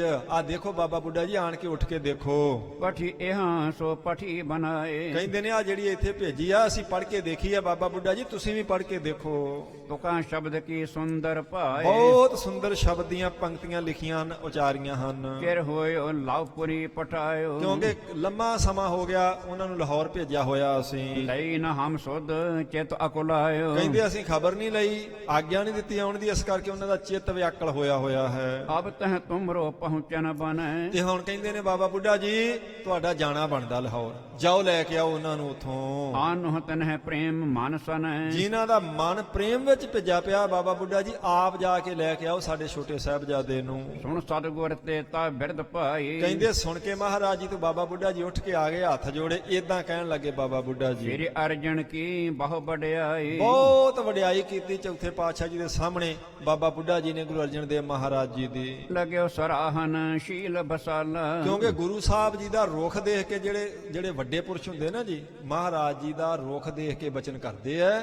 ਮਹਾਰਾਜ ਜੀ ਦਾ ਰੁਖ ਦੇਖ ਲਿਆ ਤੇ ਹੁਣ ਬਾਬਾ ਬੁੱਢਾ ਜੀ ਪੰਜਵੇਂ ਪਾਤਸ਼ਾਹ ਜੀ ਦੀ ਬਹੁਤ ਸਿਫਤ ਕਰਨ ਲੱਗੇ ਹਨ। ਲੇਸ਼ ਅਹੰਕਾਰ ਨਹੀਂ ਕਿਸ ਕਾਲ ਕੀ ਕਹਿਣ ਲੱਗੇ ਮਹਾਰਾਜ ਤੁਹਾਡੇ ਤਿੰਨਾਂ ਸਾਹਿਬਜ਼ਾਦਿਆਂ ਚੋਂ ਲੇਸ ਮਾਤਰ ਹੰਕਾਰ ਗੁਰੂ ਅਰਜਨ ਦੇਵ ਸਾਹਿਬ ਜੀ ਵਿੱਚ ਨਹੀਂ ਹੈਗਾ ਜੀ। ਰਾਵਰ ਕੀ ਆਏ ਸਕੋ ਪਾਏ ਆਖਿਆ ਮਹਾਰਾਜ ਦੇਖੋ ਆਪ ਜੀ ਦੀ ਆਗਿਆ ਤੇ ਬੰਧਨ ਵਿੱਚ ਰਹੇ ਹਨ।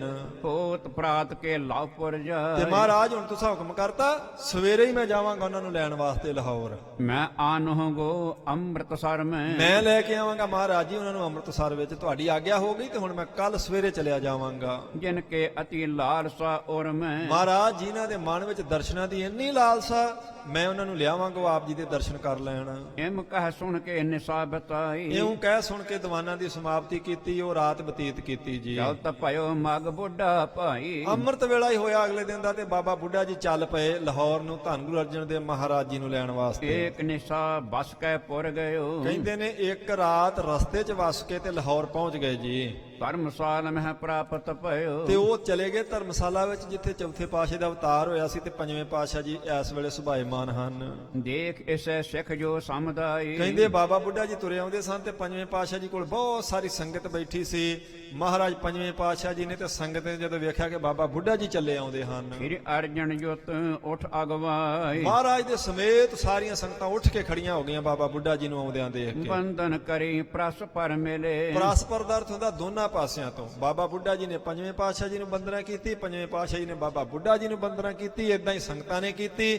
ਬੜੀ ਸੁੱਖ ਸਾਂਦ ਨਾਲ ਮਿਲੇ ਜੀ। ਬੈਠਾਰਿਓ ਕਰ ਆਦਰ ਭਲੇ ਬਹੁਤ ਆਦਰ ਕਰਕੇ ਪੰਜਵੇਂ ਪਾਤਸ਼ਾਹ ਜੀ ਨੇ ਸੁੰਦਰ ਆਸਣ ਦੇ ਉੱਤੇ ਬਾਬਾ ਬੁੱਢਾ ਜੀ ਨੂੰ ਬਿਠਾਇਆ। ਗੁਰ ਦਿਸ਼ ਕੇ ਸੁਣ ਕਰ ਸੰਦੇਸ਼ ਕਹਿੰਦੇ ਫਿਰ ਗੁਰੂ ਸਾਹਿਬ ਜੀ ਦਾ ਸਾਰਾ ਸੰਦੇਸ਼ਾ ਬਾਬਾ ਬੁੱਢਾ ਜੀ ਨੇ ਦੱਸਿਆ ਜੀ। ਭਇਓ ਸਭਨ ਕੇ ਹਰਖ ਵਿਸ਼ੇਸ਼ ਬਹੁਤ ਖੁਸ਼ੀ ਹੋਈ ਸਾਰਿਆਂ ਸਿੱਖਾਂ ਨੂੰ ਪੰਜਵੇਂ ਪਾਤਸ਼ਾਹ ਜੀ ਨੂੰ ਵੀ ਚੌਥੇ ਪਾਤਸ਼ਾਹ ਜੀ ਨੇ ਆਪ ਸੱਦਿਆ ਹੈ। ਆਇਓ ਤੁਮੇ ਲੈਣ ਸੁਣ ਐਸੇ ਸੋ ਬਾਬਾ ਬੁੱਢਾ ਜੀ ਨੇ ਆਖਿਆ ਨਾ ਅਸੀਂ ਤੁਹਾਨੂੰ ਲੈਣ ਵਾਸਤੇ ਆਏ ਆ, ਤੁਹਾਡੇ ਪਿਤਾ ਸਤਿਗੁਰੂ ਗੁਰੂ ਰਾਮਦਾਸ ਸਾਹਿਬ ਜੀ ਨੇ ਆਪ ਭੇਜਿਆ। ਜਦੋਂ ਇਦਾਂ ਸੁਣਿਆ ਪੰਜਵੇਂ ਪਾਤਸ਼ਾਹ ਜੀ ਨੇ ਤਾਂ ਕਰਨ ਪੁੱਟਨ ਪੀ ਅੰਮ੍ਰਿਤ ਜੈਸੇ ਕਹਿੰਦੇ ਕਰਨ ਪੁੱਟਨ ਭੀ, ਕਰਨ ਹੁੰਦੇ ਕੰਨ, ਐਉਂ ਸਮਝੋ ਵੀ ਜਿਵੇਂ ਕੰਨਾਂ ਵਿੱਚ ਕਿਸੇ ਨੇ ਅੰਮ੍ਰਿਤ ਦੀਆਂ ਬੂੰਦਾਂ ਚੋ ਦਿੱਤੀਆਂ ਹੋਣ। ਇੰਨਾ ਆਨੰਦ ਆਇਆ ਪੰਜਵੇਂ ਪਾਤਸ਼ਾਹ ਜੀ ਨੂੰ ਸੁਣ ਕੇ ਭਈ ਮੈਨੂੰ ਲੈਣ ਵਾਸਤੇ ਆ ਗਏ ਬਾਬਾ ਬੁੱਢਾ ਜੀ।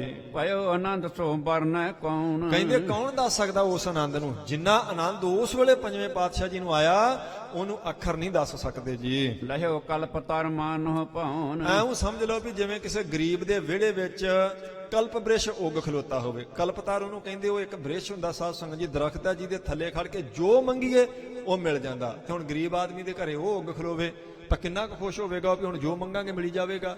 ਕਹਿੰਦੇ ਜਿਵੇਂ ਕਲਪ ਬ੍ਰਿਸ਼ ਉੱਗ ਪੈਂਦਾ ਨਾ ਕਿਸੇ ਗਰੀਬ ਦੇ ਵਿਹੜੇ ਵਿੱਚ, ਇਉਂ ਪੰਜਵੇਂ ਪਾਤਸ਼ਾਹ ਜੀ ਨੂੰ ਖੁਸ਼ੀ ਹੋਈ ਸੁਨੇਹਾ ਸੁਣ ਕੇ ਬਾਬਾ ਬੁੱਢਾ ਜੀ ਤੋਂ।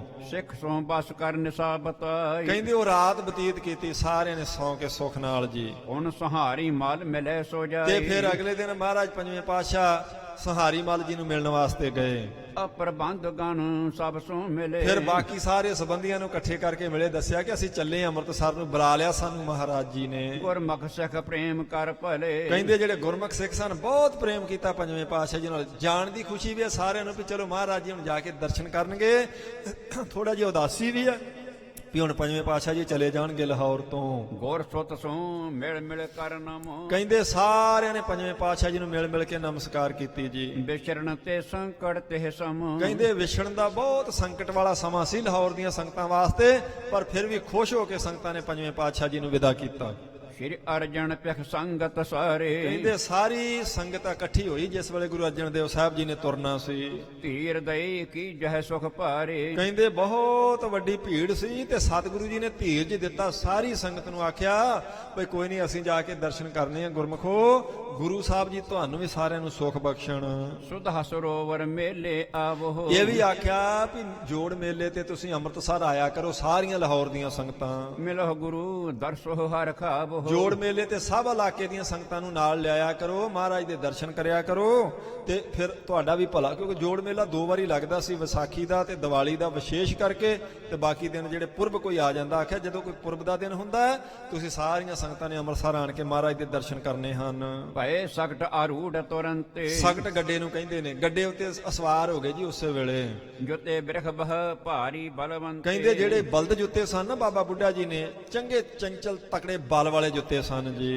ਗਰੀਬ ਬਿਭੂਖਨ ਬਾਜਹਿ ਚਾਲਤ, ਕਹਿੰਦੇ ਨੇ ਗਰੀਬ ਹੁੰਦੀ ਆ ਧੌਣ ਗਰਦਨ ਉਹਨਾਂ ਦੀ, ਵਿਭੂਖਣ ਹੁੰਦੇ ਨੇ ਉਹ ਜਿਹੜੀ ਹਮੇਲਾਂ ਪਾਈਆਂ ਹੁੰਦੀਆਂ ਨੇ ਬਲਦਾਂ ਦੇ ਗਲਾਂ 'ਚ ਛੋਟੇ ਛੋਟੇ ਘੁੰਗਰੂ ਜੇ, ਉਹ ਜਦੋਂ ਚੱਲਦੇ ਆ ਤੇ ਬੜਾ ਸੋਹਣਾ ਖੜਕਾ ਕਰਦੇ ਹਨ। ਮਗ ਮਹਿ ਉਤਲਾਬਤ ਪਗ ਡਾਲਤ, ਕਹਿੰਦੇ ਬਹੁਤ ਭਜਾਇਆ ਫਿਰ ਬਾਬਾ ਬੁੱਢਾ ਜੀ ਨੇ ਗੱਡੇ ਨੂੰ, ਉਤਲਾਬਤ ਹੁੰਦਾ ਛੇਤੀ ਛੇਤੀ ਤੋਰਿਆ ਬਲਦਾਂ ਨੂੰ ਜੀ। ਭਾਈ ਬੁੱਢਾ ਸੰਗ ਚੜਾਇਓ, ਬਾਬਾ ਬੁੱਢਾ ਜੀ ਬੈਠੇ ਨੇ ਗੱਡੇ ਤੇ, ਪੰਜਵੇਂ ਪਾਤਸ਼ਾਹ ਜੀ ਬੈਠੇ ਹਨ। ਕਰੇ ਸ਼ੀਘਰਤਾ ਸਗਟ ਚਲਾਇਓ, ਕਹਿੰਦੇ ਬਹੁਤ ਤੇਜ਼ੀ ਨਾਲ ਗੱਡਾ ਚਲਾਇਆ ਬਾਬਾ ਬੁੱਢਾ ਜੀ ਨੇ। ਗੱਡੇ ਵਾਲੇ ਨੂੰ ਆਖਿਆ ਭਾਈ ਤੂੰ ਛੇਤੀ ਚਲਾ ਭਾਈ। ਬਲਦ ਪ੍ਰੇਰਣ ਕੋ ਧਨ ਦੀਨ, ਕਹਿੰਦੇ ਉਹ ਬਲਦ ਪ੍ਰੇਰਨ ਵਾਲਾ ਜਿਹੜਾ ਬੰਦਾ ਸੀ ਨਾ ਗੱਡਾ ਚਲਾਉਣ ਦੀ, ਜਿਹਦੀ ਡਿਊਟੀ ਨਾਲ ਸੇਵਾਦਾਰ ਖੜਿਆ ਸੀ, ਉਹਨੂੰ ਪੰਜਵੇਂ ਪਾਤਸ਼ਾਹ ਜੀ ਨੇ ਕਿੰਨਾ ਸਾਰਾ ਧਨ ਦਿੱਤਾ। ਖੁਸ਼ ਹੋ ਗਿਆ ਤੂੰ ਸਾਡਾ ਮਿਲਾਪ ਕਰਾਉਣ ਲੱਗਾ ਭਲਿਆ ਲੋਕਾ ਚੌਥੇ ਪਾਤਸ਼ਾਹ ਜੀ ਨਾਲ।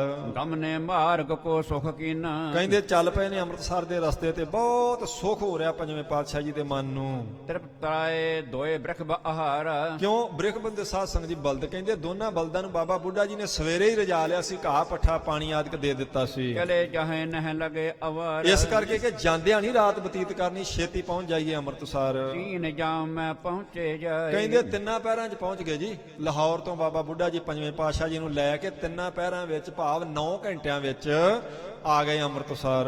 ਦੇਖ ਸੁਦਾ ਸਰ ਗਰੀਵਨ ਵਾਈ, ਇਹ ਸ਼ਹਿਰ ਨੂੰ ਦੇਖ ਕੇ ਹੀ ਪੰਜਵੇਂ ਪਾਤਸ਼ਾਹ ਜੀ ਨੇ ਆਪਣਾ ਸੀਸ ਨਵਾ ਦਿੱਤਾ। ਹਾਲੇ ਸਿਰਫ ਦਰਸ਼ਨ ਨਗਰ ਦੇ ਹੀ ਦਰਸ਼ਨ ਹੋਏ, ਹਾਲੇ ਚੌਥੇ ਪਾਤਸ਼ਾਹ ਜੀ ਦੇ ਨਹੀਂ ਹੋਏ। ਇੱਥੇ ਸਮਾਂ ਸਾਧ ਸੰਗਤ ਜੀ ਸੰਪੂਰਨ ਹੋ ਚੱਲਿਆ। ਇੱਥੋਂ ਕੱਲ ਸ਼ਾਮ ਨੂੰ ਆਪਾਂ ਮਹਾਰਾਜ ਜੀ ਦੇ ਪਵਿੱਤਰ ਜੀਵਨ ਦੀ ਕਥਾ ਸ਼ੁਰੂ ਕਰਾਂਗੇ। ਸਤਿਗੁਰੂ ਜੀ ਰਹਿਮਤ ਕਰਨ, ਸਭ ਤੇ ਰਹਿਮਤ ਕਰਨ, ਤੁਹਾਡੇ ਤੇ ਮੇਰੇ ਤੇ। ਗੁਰੂ ਸਾਹਿਬ ਜੀ ਪ੍ਰੇਮ ਬਖਸ਼ਣ ਆਪਣੇ ਹਿਰਦੇ ਨੂੰ, ਮਿਹਰ ਭਰਿਆ ਹੱਥ ਸਿਰਾਂ ਤੇ ਰੱਖਣ, ਉਹਨਾਂ ਦੇ ਦਰ ਘਰ ਦਾ ਪ੍ਰੇਮ ਆਪਣੇ ਹਿਰਦੇ ਵਿੱਚ ਤੋੜ ਚੜੇ। ਅਰਦਾਸ ਬੇਨਤੀ ਬੁਰੇ ਭਲੇ ਹਮ ਥਾਰੇ ਸੱਚੇ ਪਾਤਸ਼ਾਹ ਜੀ। 2 ਪੰਕਤੀਆਂ ਦਾ ਪਾਠ ਗੁਰਮੁਖਾਂ ਤੋਂ ਸਰਵਣ ਕਰਕੇ ਫਤਿਹ ਬੁਲਾਈਏ ਜੀ। ਤੀਨ ਜਾਮ ਮੈਂ ਪਹੁੰਚੇ ਜਾਏ, ਦੇਖ ਸੁਦਾ ਸਰ ਗਰੀਵਨ ਵਾਈ। ਵਾਹਿਗੁਰੂ ਜੀ ਕਾ ਖਾਲਸਾ, ਵਾਹਿਗੁਰੂ ਜੀ ਕੀ ਫਤਿਹ।